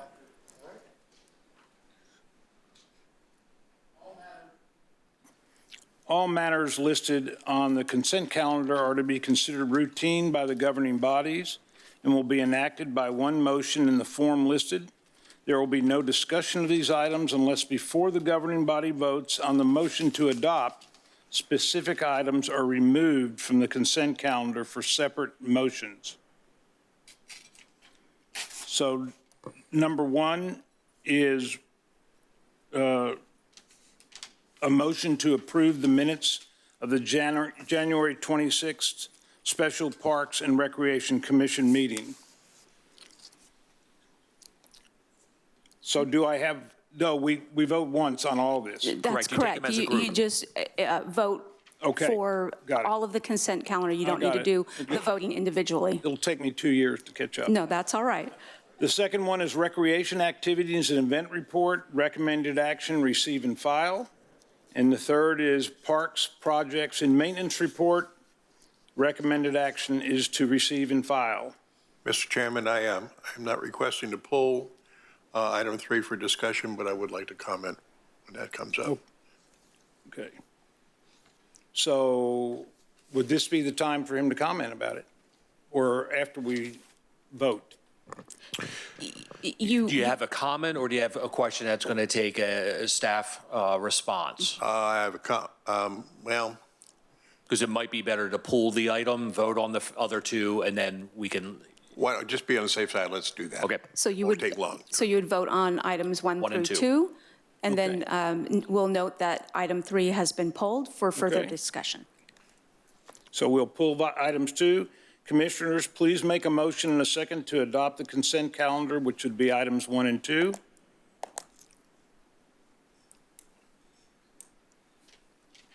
Got nothing here? There we go.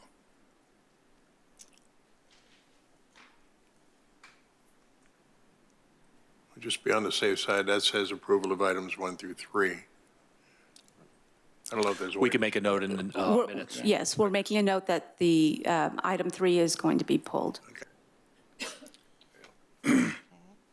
So Leah,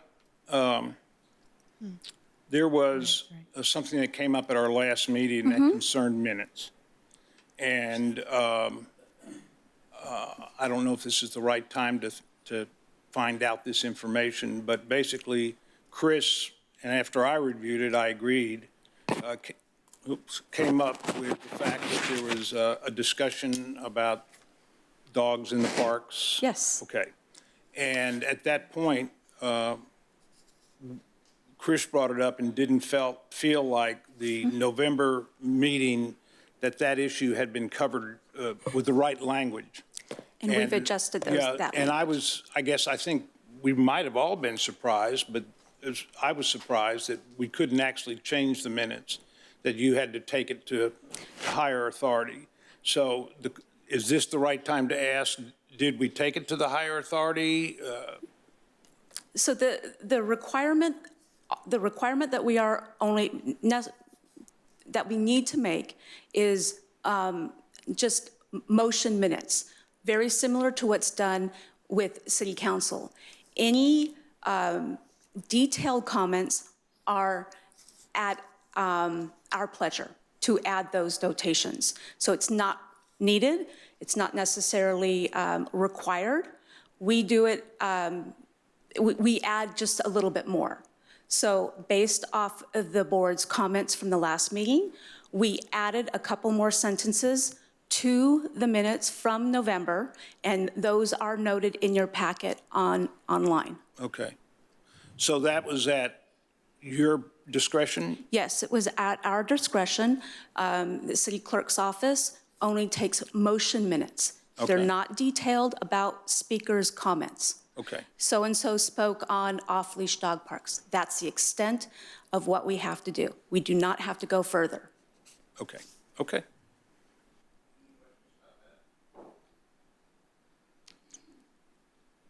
No question, just a comment. I do think the clarification that was included was a good one. Oh, good. So, Thank you very much.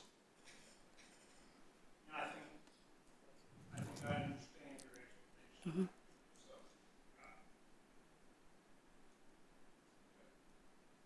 So Commissioner Hunneman. Well, the question I had was, of staff was just real quick on the town square parking lot and maintenance of the monument out there. Yes. In the staff report, it says that the video boards to be installed by February 13th. We had a little bit of, because. I was just going to ask what. Yes. And along those lines, video boards, do we have a policy and procedure of what can go on that video board? So, two parts. Let me take the first part first. So we start drafting these agendas weeks in advance of the meeting. So there are additional updates that happen in between the time the report's drafted and when it hits your inbox in your email. So the video boards have been installed. We had a little bit of a rain delay a couple weeks ago, but we're making forward progress. Our project manager, Brian Crawford, will actually be here at the May meeting. He's going to go over all of the open capital improvement plan projects right now, and he'll be able to give you a little bit further idea. Hopefully by May, we should have that project buttoned up. But from what I understand, the monument itself, the video boards are installed. They're making the vertical construction. They should be complete with that. They have all of the trenching work ready to receive irrigation and plant material along Calmia, the asphalt and the curbs, and I believe the lighting. If the lighting's not installed, I know the lighting has been delivered. So we're making good progress on that project. There has just been a lot of delay with the recent rains. Okay, I was just curious. That was the question. The comment had more to do with, wanted to let the commission know that I did attend the city council workshop a couple of weeks ago to address the issue that we agreed we should talk about there, which is basically the Cal Oak swimming pool and what was up with that. On the CIP, it's the city council previously had not made that much of a priority, and I urged the council to not keep kicking the can down the road on this project. We either have to do something with it, or not do, or do something with it. It's a vacant property. The pool's going to be a lot of money to redo, and I urge the council to make that more of a priority. Whether they did or not, I don't know. I hope to find out.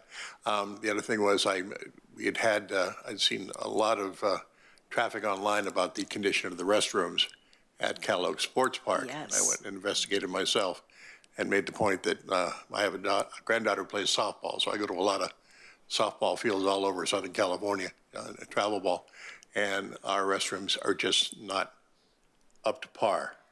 They weren't a couple weeks ago. Maybe something has improved there, but as people come to Murrieta to use our parks and they go into the restaurant, I didn't go in the ladies' room, I went in the men's room. It's not a good impression for the city of Murrieta. I brought that up to the city council too. Whether anything gets done about that, I don't know, but I just wanted to make the commission aware that we did make that presentation. The second part of your question about who can display announcements on the boards, the reader boards, I'm sure that's going to be a discussion that will need to be had with the city manager's office, public information officer, and so on. I'm hoping that city events and adjacent events will be able to be displayed on there. Market nights, Newman Hospitality Group concerts and so on.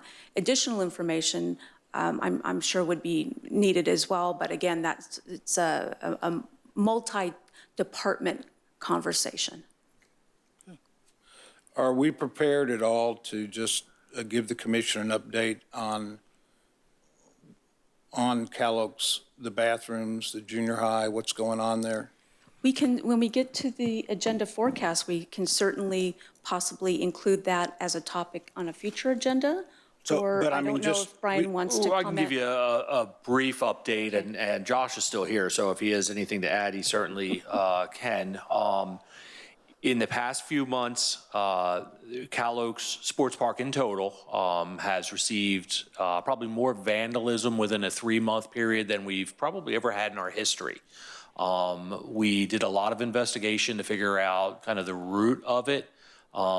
It appears to be some young teenagers. It's not homeless. It's not adults. It seemed to always happen in the time range of about 2 o'clock in the afternoon to 4 o'clock.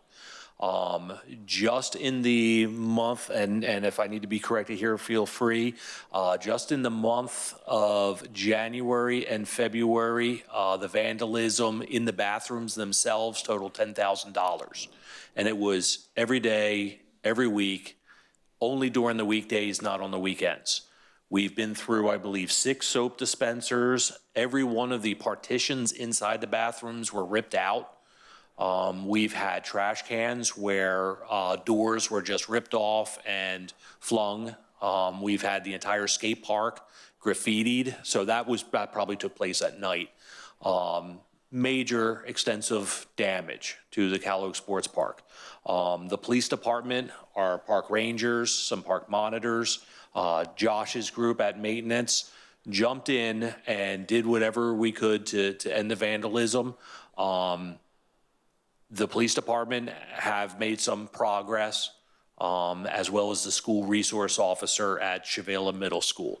So some action has been taken. We can't talk, too much about what that action was, but I think we're satisfied that the vandalism problems you should see a significant decrease in the vandalism and the amount of taxpayer money that we've had to spend. That will decrease. Welcome. So if there are no further questions or comments on that item, we will need a motion to approve consent item number 3. So, okay.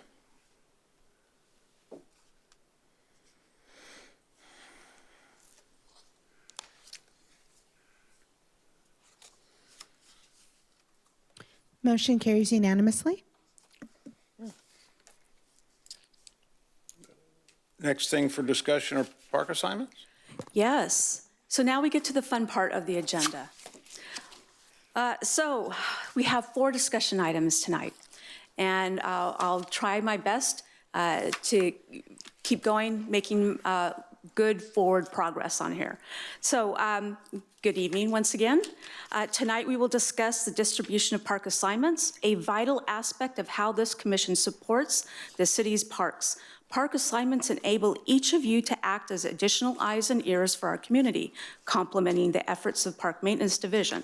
Since our last discussion in January 2024, there have been updates, including new appointments, reassignment of park duties, and the addition of Toulon Park to our inventory. This evening, we will review these developments, discuss any adjustments needed, and ensure we continue to provide safe, clean, and welcoming parks for all our residents. Of course, the simplest resolution would be to assign, in this instance, Commissioner Woods's parks to Commissioner Fernandez, but staff is open to further discussions with the board as needed.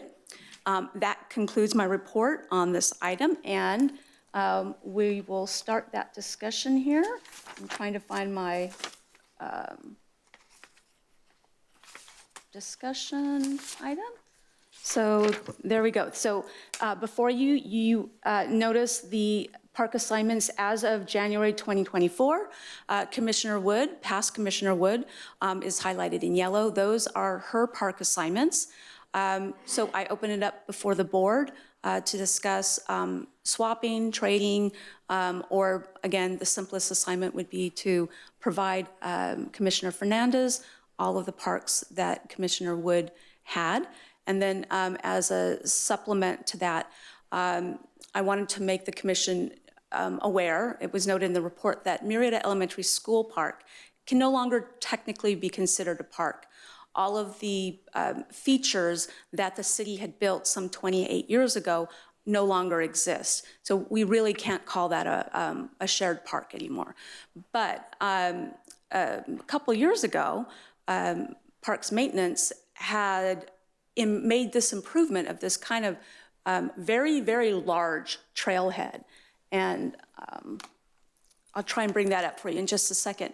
And they had been maintaining it as a park, unbeknownst to the recreation side of CSD. So losing Murrieta Elementary School Park brought us down to 52 parks, but now that we consider Toulon Park a park, we're back up to 53. So give me just a minute and I'll try and find where Toulon Park, I'm going to show you that in just a minute. If I can find my mouse here.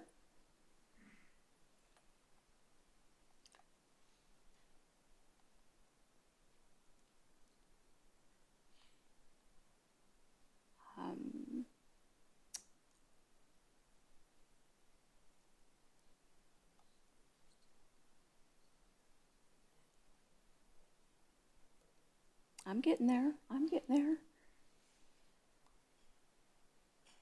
So this is Toulon Park right here. It has a very large open turf area, has a small pathway, and it has a number of picnic benches. It's actually more improved than some of our other parks, Rosewood Park, Oak Tree Park, but we have plans in the future to maybe make additional improvements to this site. So this is our swap, if you will, for Murrieta Elementary School Park. And giving you a little bit more perspective, Toulon Park's right here, and Clinton Keith is right here, Cal Oaks Road is right here. So it's kind of in the middle. It's in Cal Oaks specific plan near Murrieta Oaks, that track. Kind of near Tovashal? I'm sorry? Kind of near Tovashal Elementary? Yes, Yeah. yes, across the street from Tovashal. So you'd use the description of trailhead. Yes. What is that? How does that relate? Oh, okay. So this is Toulon Park right here, and it is a good stopping point if you were to walk Toulon Trail, which is right here, and it can go in the other direction towards Murrieta Oaks right here. So if you were wanting to walk this trail, which is it's a fun trail, it has a beautiful overlook, it's a natural trail, and you could drive to this part right here off of Toulon, park your car, and use that as your starting point to access both ways along this trail. So, in addition to the park assignments tonight, we need to assign Toulon Park. I'm going to go back to my slideshow.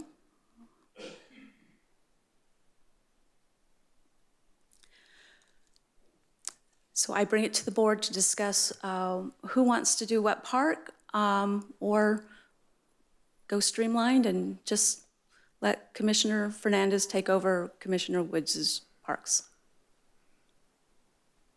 My thinking would be, if I can, to keep everything, if this is okay with Commissioner Fernandez, keep everything as is, and it looks like Toulon Park's kind of in your neighborhood.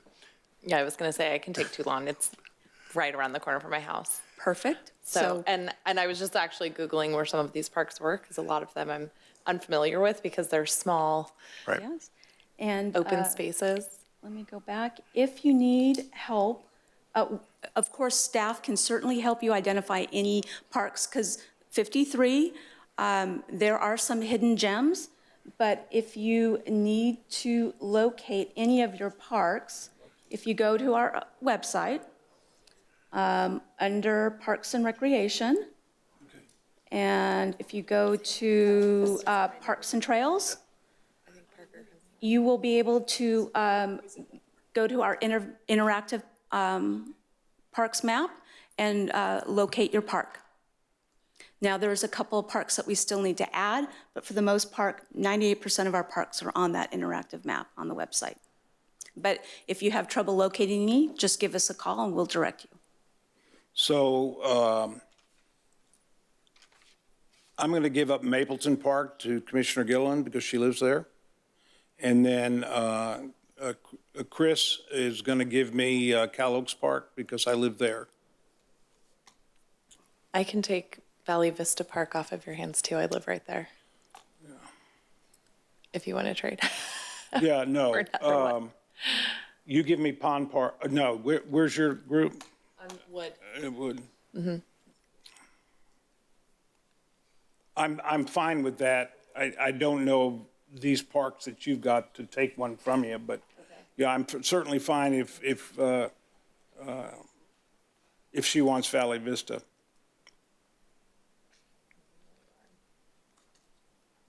You're near Cal Oaks, you said? Mm-hmm.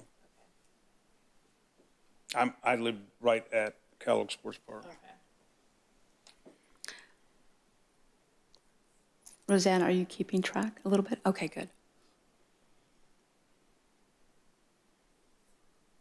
I don't know if that does make sense, though, to potentially look at where we all reside and then, do you know what I mean, divvy it up that way, because to me, it's logical, because I'm always at Mapleton Park. I'm always, you know what I mean? Absolutely, 100%. The problem is that we might not be able to do it. This year. Yeah, So it's kind of like, starting from scratch. do we want to take a quick trip through this or spend the rest of the year talking about it?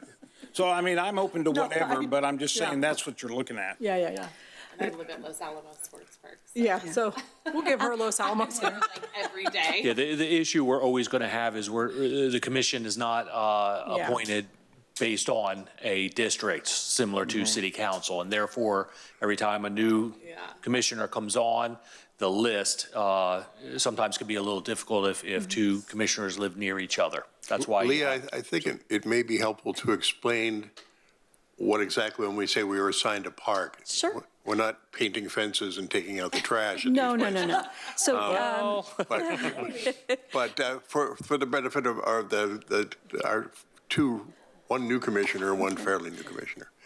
So as the report explains, it is a second set of eyes, third set of eyes, ears in the parks, looking to see if you happen to notice if trash is overflowing or if there's broken irrigation, tree limbs down. If you find graffiti, we try and obviously remove graffiti within 24 hours. Hence the need for additional review. Our parks maintenance crews can typically only get to the more trafficked parks once a day. That's usually in the mornings. They want to try and get if there's a sand tot lot, rake that sand tot lot, blow off the hardscape, empty the trash before any of the public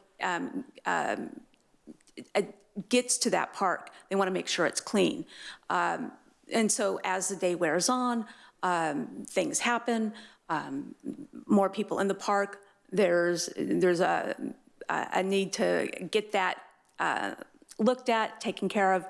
However, some of our other parks that are not highly trafficked, Rosewood Park, Oak Tree Park, Pond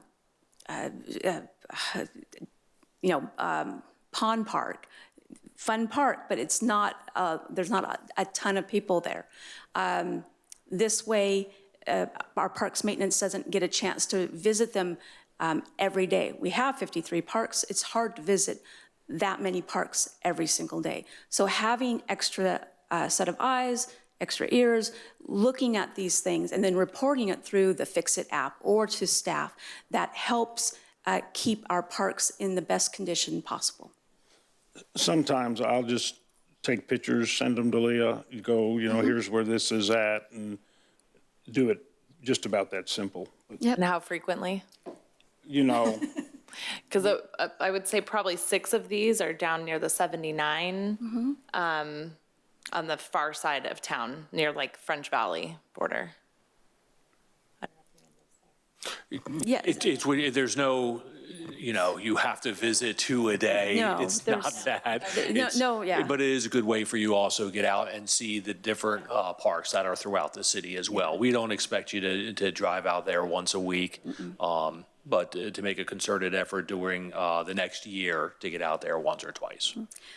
Each park has Each park has its own unique play value, and it's good for you to see the different types of parks that we have, the different types of equipment that we offer, the different features and amenities.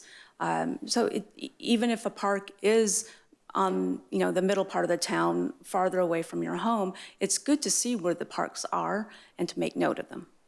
Leah knows so much about the parks that I think she lives in them. We do not allow people to live in the parks after sundown. No, I would have Lindsay knocking on my door.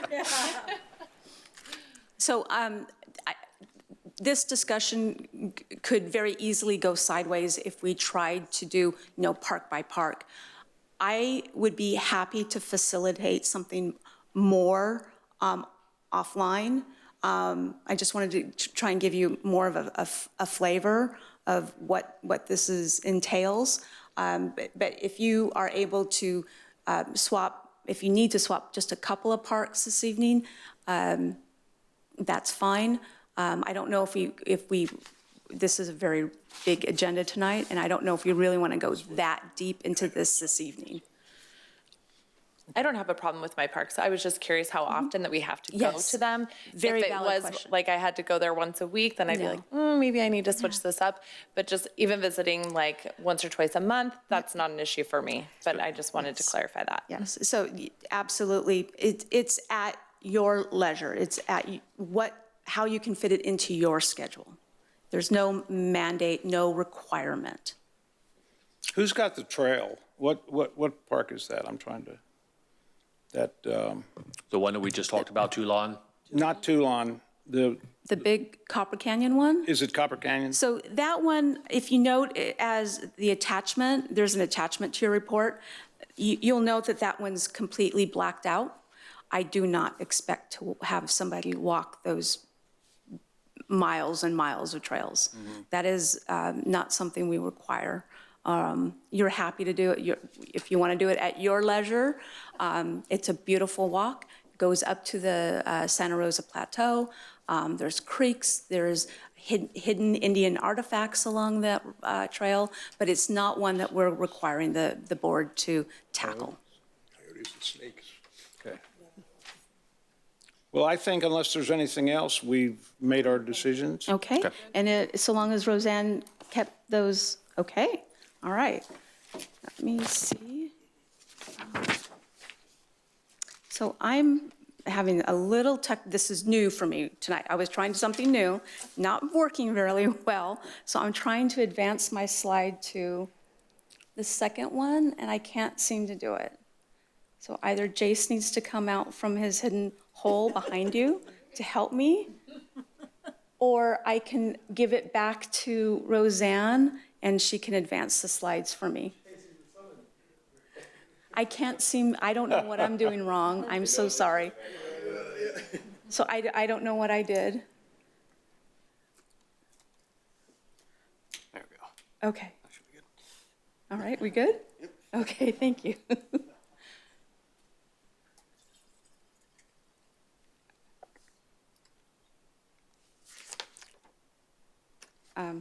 So Jace? do we have to vote on this? Yes, I do require a recommendation. Okay. The recommendation is at the bottom of the slide right there. Okay, so do I have a motion to approve the park assignments as we've discussed them today? Is that the right? Okay. As amended? Yes. Right. I'll make that motion if I can figure this out. It seems to be stuck. It's on, isn't it on that one? Be right back. No, that's not on that one, it's on this one. Trying to get it here.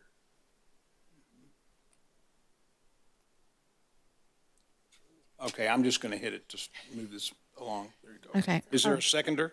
A seconder? Is that a new word? I second you. Oh. Okay. There we go. Motion carries unanimously. Okay. I'm up again. So, hello again. For discussion item number 2, we will be reviewing a request to rename Bear Valley Park 2 and 3 trails in the Mapleton Track.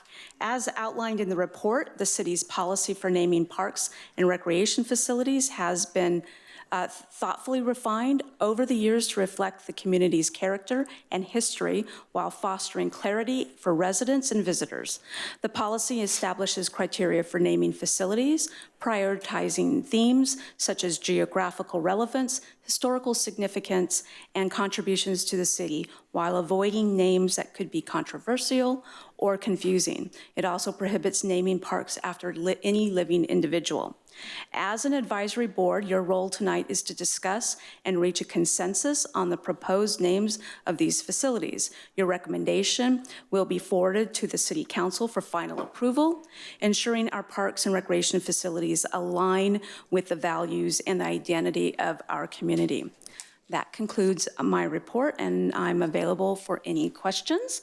I'm going to see if I can show you my slide.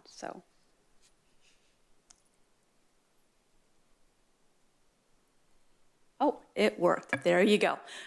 It just, there it goes. So the staff has come up, in your report, there's a list of suggested park names. If we start with Bear Valley, I want to go to the park. Okay. Oh, I don't know why the map's not showing now.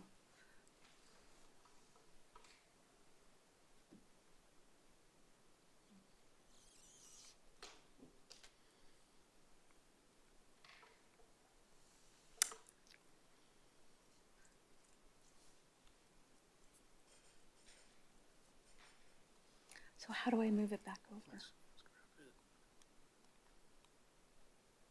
Oh.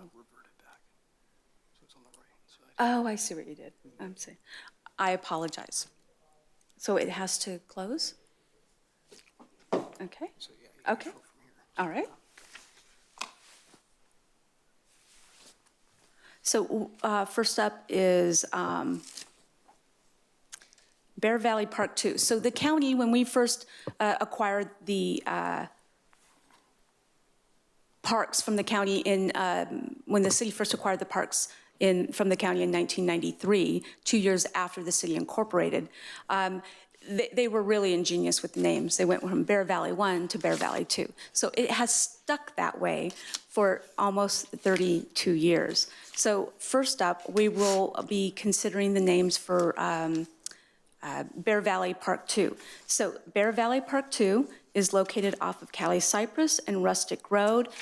Here's Cali de Oso Oro right here.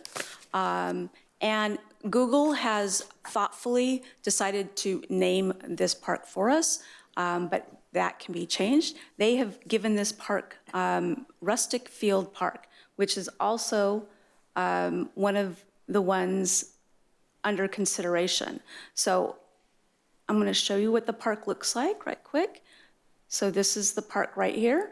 Lots of open turf. But when you come over here up on Rustic Road, it changes a little bit. There's now different views from when the Google van went through and taking pictures. So we have some split rail fencing, we still have the open turf, and we have some park bench seating over here. Also in this park, let me go back onto this view. There is, if you see right here, there's a fence. That is a rare species of oak. It's an Engelmann oak, and that's why it's fenced off. So in your report, there is also different variations of oak names. So you have the rustic theme name because that's where the street is. That's what Google has named the park. There's also the oak theme as well. And then we threw in there Oso Valle Park, which is golden bear. I'm gonna have to ask. In Spanish, it's Bear Valley. Bear Valley. It means Bear Valley. So there's that in Spanish as well. So those are considerations for the board to discuss and or suggest another park name from the dais. John? My curiosity is, was there any effort to speak with any of the people in the surrounding area with a potential name for this park? Actually, yes. So there is a couple of residents that live on Rustic Road. They're the ones that have been very vocal about the amenities in the park. That's why you see some improvements from one time of the photo to the other. They like Rustic Field.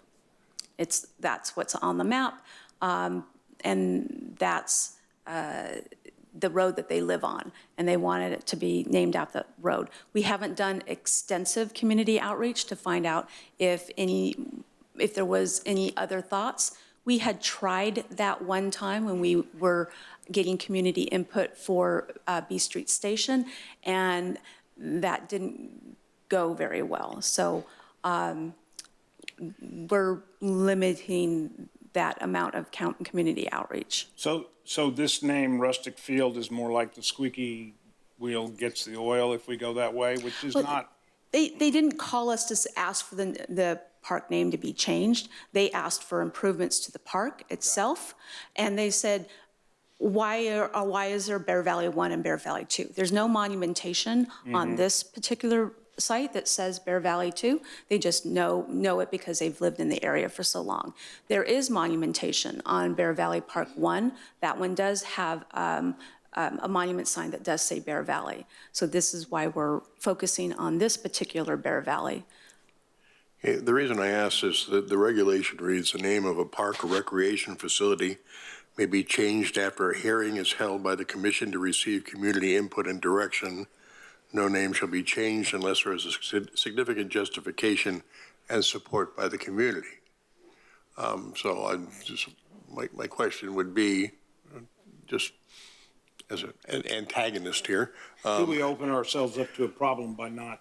Well, yeah, and then was the community noticed that there was going to be a hearing for the name of their park tonight, and so that if they were very big on a particular name, that they would at least know there was a meeting to discuss it. So we do follow the guidelines in terms of noticing.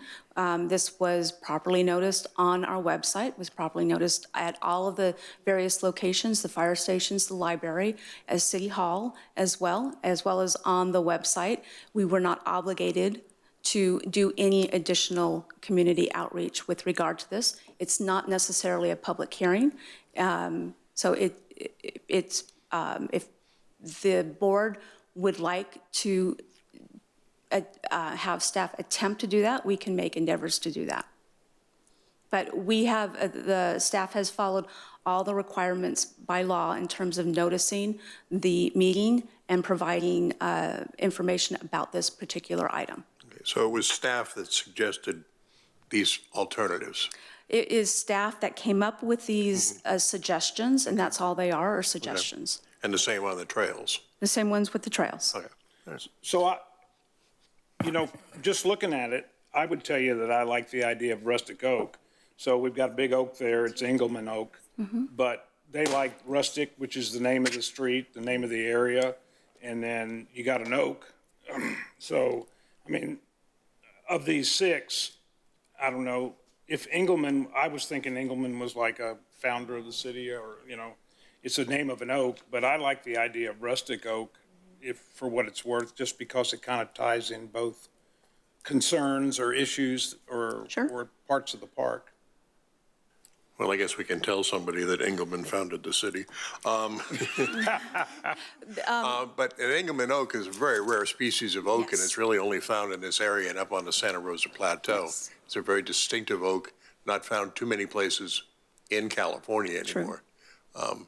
That would be my argument for using Engelman, because it is something that's very... How do you know that? How do I know that? You're a font.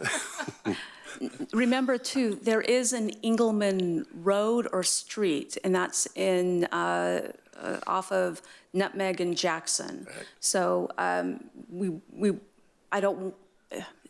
there might possibly be some confusion if you named it Engelman Oak Park, that they may go to Engelman thinking that that park is off of Engelman Road. So I'm just putting that out there for the board's consideration. Well, no, I mean, I'm good with Engelman Oak. I certainly don't know oaks, and I think you just went to the clickety-clack and found this. No, I'm actually on the board of directors of the Santa Rosa Plateau Education Foundation, so I spent a lot of time up on the plateau and I've walked it a number of times. I just know that an Engelman oak is a rare species of oak, and it's not found too many places anymore. And they've got them in this park or adjacent. It's in the park. No, it's in the park. Yeah, I would certainly be good with that myself. Engelman oak.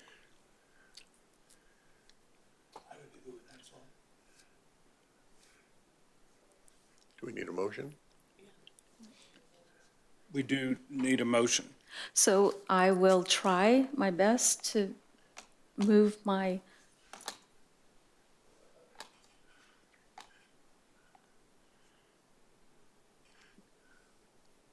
slide now that I think I'm getting the hang of it.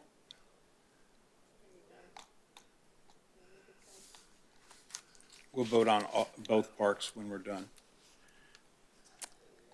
So if we can make the motion once all of the decisions are made for the other trails now. That was the park. So if there's no further discussion on Bear Valley Park 2's name, I can try my best to show you the other trails in Mapleton. Okay? Good. We'll try that.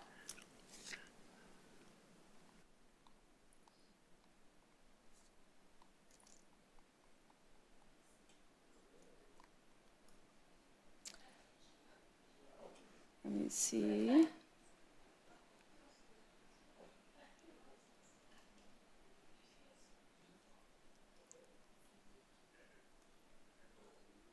think I went too far. Okay. So I'm going to provide just a kind of the overview. So we have 3 trails in Mapleton. This one right here is off of Whitewood, and it runs along a channel, a mitigation channel. The other one is the Loop Road in Mapleton itself, and the third one is this very wide, long, about mile and 1,500 feet, almost mile trail Edison easement. So if I can. DG. Oops. I think I went too far.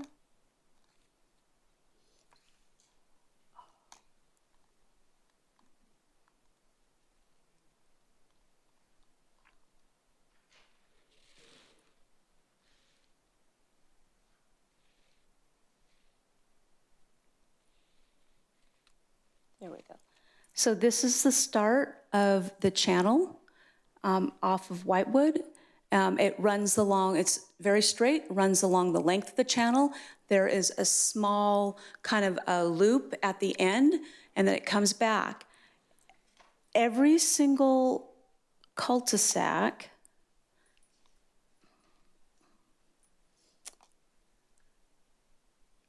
off of Mapleton has an access to the channel right here.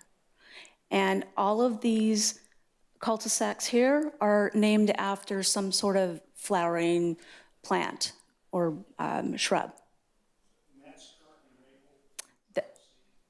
That's Mapleton Trail A.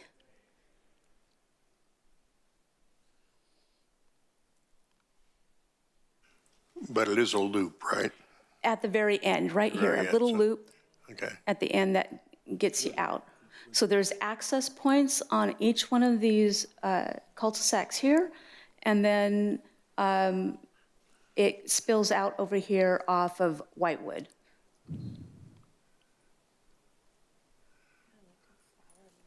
They are all flowers, though. I see Iris Lane and Zinnia Lane. And Let's see. Yeah, poppy, marigold, iris, shamrock, zinnia. Well, in that case, I like the idea of kind of keeping with that theme somehow with Mapleton Trail A, with either maybe floral loop trail or garden loop trail. Does that make sense? Yeah. I agree. You have a preference on either one? Are all these flowering plants? Okay. Zinnias, they all are, okay. I know nothing about flowers, so don't give me any grief.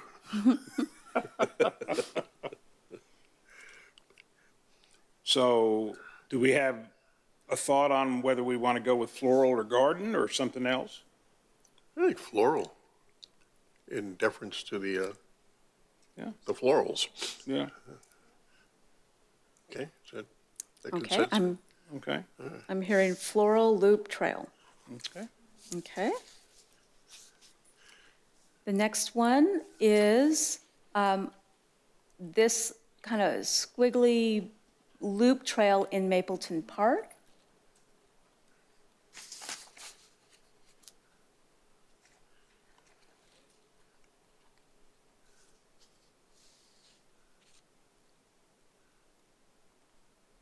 So there is this access point off of Poinsettia. And the other side, if you can see right here, there's a gate. That's off of Shamrock, and that's the start of the trail. And then it goes all the way down the length of Poinsettia into the park, makes one big loop, and it comes back out. So in trail lingo, it's a lollipop. It's a lollipop trail. There you go. So, let's see. Right now, the three of them are known, in that area is known as Mapleton.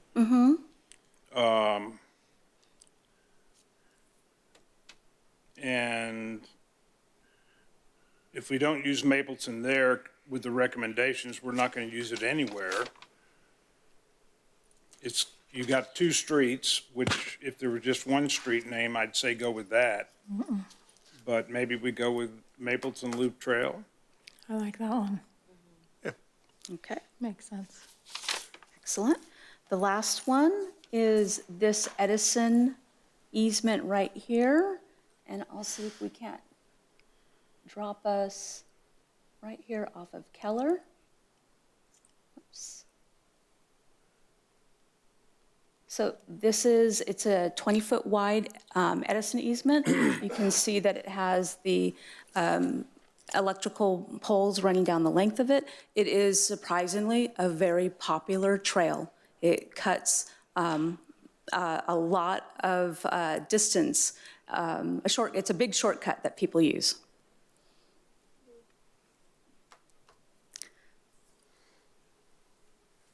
So it runs between, It runs about 1,500 feet. It goes starting point, depending on where you want to start, Poinsettia, crosses, and then Petunia to Poinsettia, Poinsettia to Keller. Where's this Keller Point come from? The Keller Point, because this is Keller Road right here. Got it. This is Keller Road. And then it crosses Poinsettia right here. And then it goes, the other access point is off of Petunia, right over here. I'd say utility trail is awful. I think it's awful too, is what it is. It was hard coming up with names for this one. The staff's favorite is Keller Point Trail. That's my favorite. Yeah, I'd go Just with makes sense. Go with either that. that or poinsettia. The other three are, Poinsettia is a beautiful flower, yeah. and this is not a beautiful I trail. think that would be confusing, though, poinsettia. If you don't live in Mapleton, you don't really know where poinsettia is, but you know where Keller is. And Poinsettia makes a very, It's You live there? huge. it's a very large street. Yeah, it'd be confusing. You don't know which side of poinsettia. Right. and Tell your neighbors you named their park. that- Pretty cool. I can blame you. Yeah. So are we looking So, at Keller Keller Point? Keller Point Trail? Okay. So just to sum up, I think I caught, were we going Rustic Oak Park for Bear Rustic- Valley or Engelman Oak? Engelman Oak. Engelman Oak. So we're going Engelman Oak Floral Park Loop.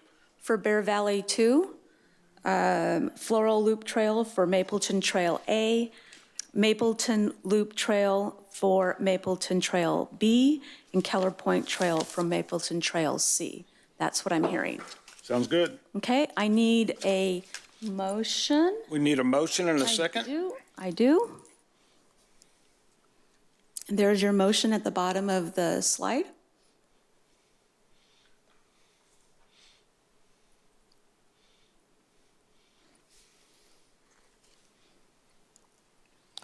Motion carries unanimously. Close to my Okay. Okay, we're rolling right along here. The third discussion item, for discussion item number 3, I'd like to provide an overview of the dialogue staff has had with the city manager's office, Murrieta PD, park rangers, and parks maintenance regarding off-leash dogs in city parks. This topic was brought up during our November 7th, 2024 meeting following public comments and a consensus request from Commissioner Hunneman. The Parks and Recreation Department remains committed to its mission of providing safe, clean, and accessible facilities. Park rangers play a critical role in ensuring the safety and compliance of our city ordinances, which requires dogs to be on a leash under full control of their owners. Our approach emphasizes education to encourage compliance with citations issued for repeat violations. In response to recent concerns, the city has implemented several measures at Los Alamos Hills Sports Park. The primary concern of the public speaker that attended the last meeting. These include increased patrols by park rangers, park monitors, and animal friends of the valley, temporary signage at key park entrances, enhanced community outreach through social media platforms and flyers, and sharing information about the upcoming third off-leash dog park currently under development. These efforts demonstrate our commitment to balancing safety and community needs, while also addressing concerns raised by residents about off-leash dogs. These measures reflect the proactive approach our Parks and Recreation Department takes in fostering a positive and secure park experience for all visitors. And that concludes my report, and we can, we're available here to take questions from the board regarding this topic. And I'm going to try to provide my next slide. Just one quick question, Leah. Have you seen a decrease of issues at that park with all of your hard work? We, as of today, we have not needed to issue a violation, a citation. I personally go to the park every other Thursday and every other Friday. Victor goes with me as well on Fridays. We have encountered some dogs off the leash. The owners comply immediately. I personally have not seen repeat owners with dogs off the leash. I can certainly bring Ranger Price up here. She can probably provide additional information. She's in the parks obviously a lot more than I am, and she encounters off-leash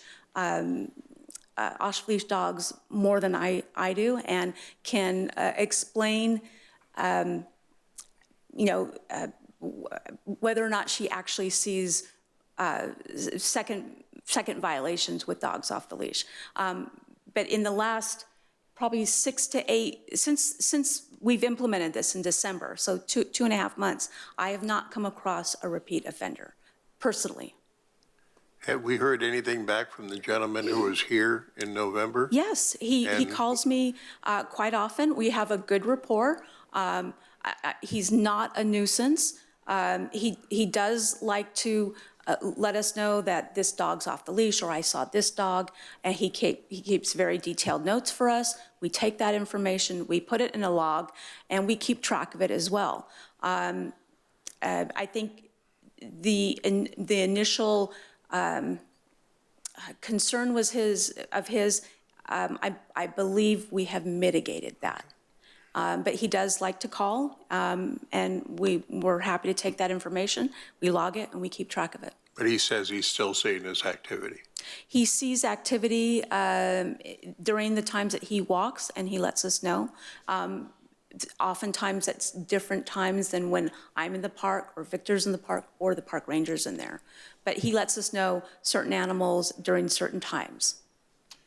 So Leah, if you keep a log of what you've heard, that's not counting towards a violation or a second violation? Or They're all, from what I can see, my visits are all first offenders. Okay. And with Animal Friends of the Valley, during the discussions with them, they've started patrolling, I think it was February 24th, so maybe that was 2 weeks ago.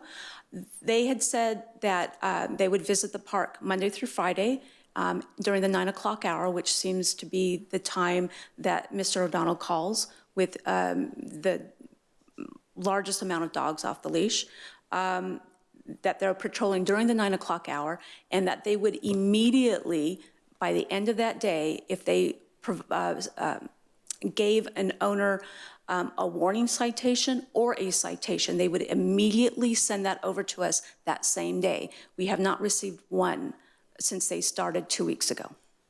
And in addition to their Monday through Friday patrol, we also have, it's an on-call patrol twice a week. So whatever days they can make it during the 7 o'clock hour. So they're patrolling the parks at least 7 times a week, as well as in the afternoon hour if they're in the neighborhood. Does Animal Friends of the Valley have authority to issue citations and Yes, they do. and fines? Yes. Okay. And not us, or also us? I'll let Melissa tackle that question. She knows that code very well. First, thank you for staying this long. It's okay, no problem. Yes, we do have the ability to cite. Our understanding, our direction from our department director, Brian Ambrose, is that we give a verbal warning the first time. If it's a second offense or third offense, we will cite. So we don't go out like PD and just write citations. If you've seen on our monthly reports, as many warnings, verbal warnings we give to the amount of citations that we actually issue a month. So we do the outreach, we do the proactive approach. After that, if they don't comply, then we do give a citation. And in our meetings with the city manager's office and Murrieta PD, they are fully on board with this process. In the warnings first, and then citation for second violations. I think my question was, I understand that one of our park rangers having the ability from the city of Murrieta to issue a citation for the city of Murrieta. The Animal Friends of the Valley people are not employed by the city of Murrieta, and but I don't know where they stand on that. They are our animal provider by Murrieta Municipal Code. Okay. So they do have authority. They can issue citations for off-leash pets, and they can also issue citations for non-licensure of pets. Okay. And they're the ones that work like barking dog problems in neighborhoods and Correct. stuff like that too? Yep. Yeah, okay. But so far, there have been no citations and no fines issued in the few weeks that we've been doing this. So we started the additional patrols probably right after our Holiday Magic Festival of Trees Okay. program. So January, February, and first week of March. So 8-9 weeks. I mean, I can't imagine we could pour more into it than we're doing. Yeah. In addition to that, we added additional temporary signage, 5 signs, 1 at each entrance to Los Alamos Hills Sports Park, 1 at the Clover part of the ball fields, and 1 over on fields 4, 5, and 6 for the soccer fields. So there's additional signage, and then that same sign has been reduced. I believe there's a sample of it in your packet, has been reduced to a handout size, and everybody, all rangers have those in their vehicles. I have them in my vehicle, and that's what we hand out to everybody. And with Los Alamos Hills Sports Park, so close to the off-leash dog park for Alderwood, that's where we recommend them to go. I know this is where that was the park where the initial complaints were coming from. Is this an issue in any of the other parks across the city that we've come across, some bigger parks? Coincidentally, when Victor and I go out, we take our one-on-one meetings on the road every other Friday. So we've been visiting the various parks. We have noticed off-leash dogs at other facilities, but we run in the same situation. The owners are immediately compliant. There's no talk back or anything like that, but it's not extensive. As many dogs as we see off leash at Los Alamos Hills Park is the same that we see in Glen Arbor or Torrey Pines. I see it from time to time at Cal Oaks, you know. So you have signage at Los Alamos indicating where the other dog parks are in the city. Is that the only park that we have that signage in? So that's temporary signage because we wanted to make a concerted effort because that's where the residents were saying was the most violations. All of our parks have park rule signs at them that say the dogs or pets must be leashed and under full control of the owner. So every one of our 53 parks has at least 1 sign that's permanent. And then in addition to that, we have our social media campaign, police department, city hall, CSD, all posted the information on Facebook, Instagram, and Nextdoor. So it's gone out citywide. And then at every single event that we will have from here on out, we always have flyer racks with information about our recreation programming, our upcoming events. They will have this flyer included at every single event as well. Okay. Good, okay. Thank you very much, Leah. Okay. So the next thing is any commission member announcements? Well, we have one more discussion item. Oh, there we go. Where's that? I know you want to get out of here. No. Just one more. Parks and Recreation Commission agenda okay. Okay, so the 4th discussion item and final one of the evening. This report aims to facilitate a productive discussion regarding the future topics for the Parks and Recreation Commission agenda.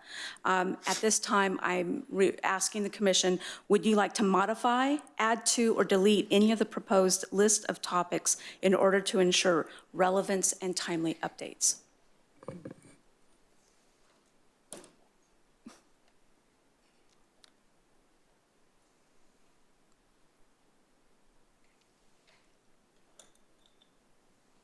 I should add for the May agenda, in addition to the CIP update discussion, I have locked in Melvin Raceless, who is the library manager, so he will be providing an update on the library expansion project. And I wasn't able to update the agenda because I just locked Melvin in the other day. Maybe I don't see it on here. There was a note in the packet about the Parks and Recreation Master Plan update and Trails Master Plan. Yes. And it said staff will coordinate a special meeting with the Parks and Recreation Commission to review the documents. Am I missing that on here? It's in red at the very top. Oh, okay. No wonder I don't see it. Okay. There it is. Okay, so that'll be but the date is to be determined. It is to be determined. I'm hoping that I will be reaching out to you in the next couple of weeks, asking for a date. Okay.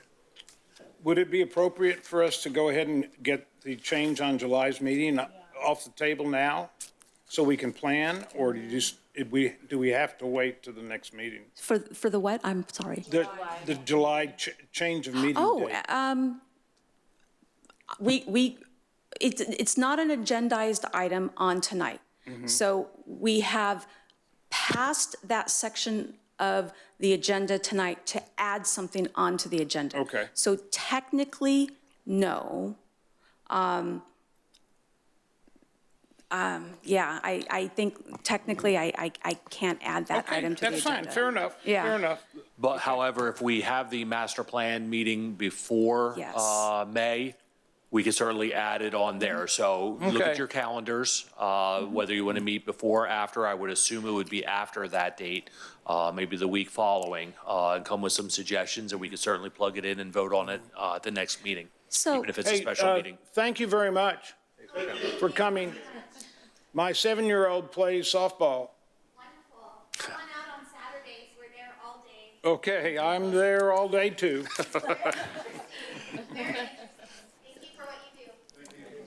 So the July 3rd isn't technically the holiday. I'm requesting to move it because I'm on vacation that week. Yeah. I am happy to turn over the lead of the commission meeting if you want to keep it on July 3rd to some. I think it would be, I think when we address it, I think it would be prudent to move it. Yeah, The 10th and the 17th. yeah. Okay. Okay, so any additions, deletions? We have some ideas. This comes back every time we meet. Aaliyah, this is really vital and helpful, the way you've addressed our concerns about the, Good, I'm very happy. I'm glad that works out for you. I hadn't realized that tonight's, meeting might go this long. you warned us. I did warn you. Yeah, I might look at, because the items on this agenda will probably roll over to 2026 because they fall in line. I might need to look at how that might look next year. I didn't get my afternoon nap in, so this is pressing. Yes. So the March meeting, 2026, might look a little different. I'm retired, Chris. Okay. Okay, if there's any member announcements from the commissioners? Got it. Going once, going twice, so, okay. If there is no further business, I will now adjourn this meeting at 8:50.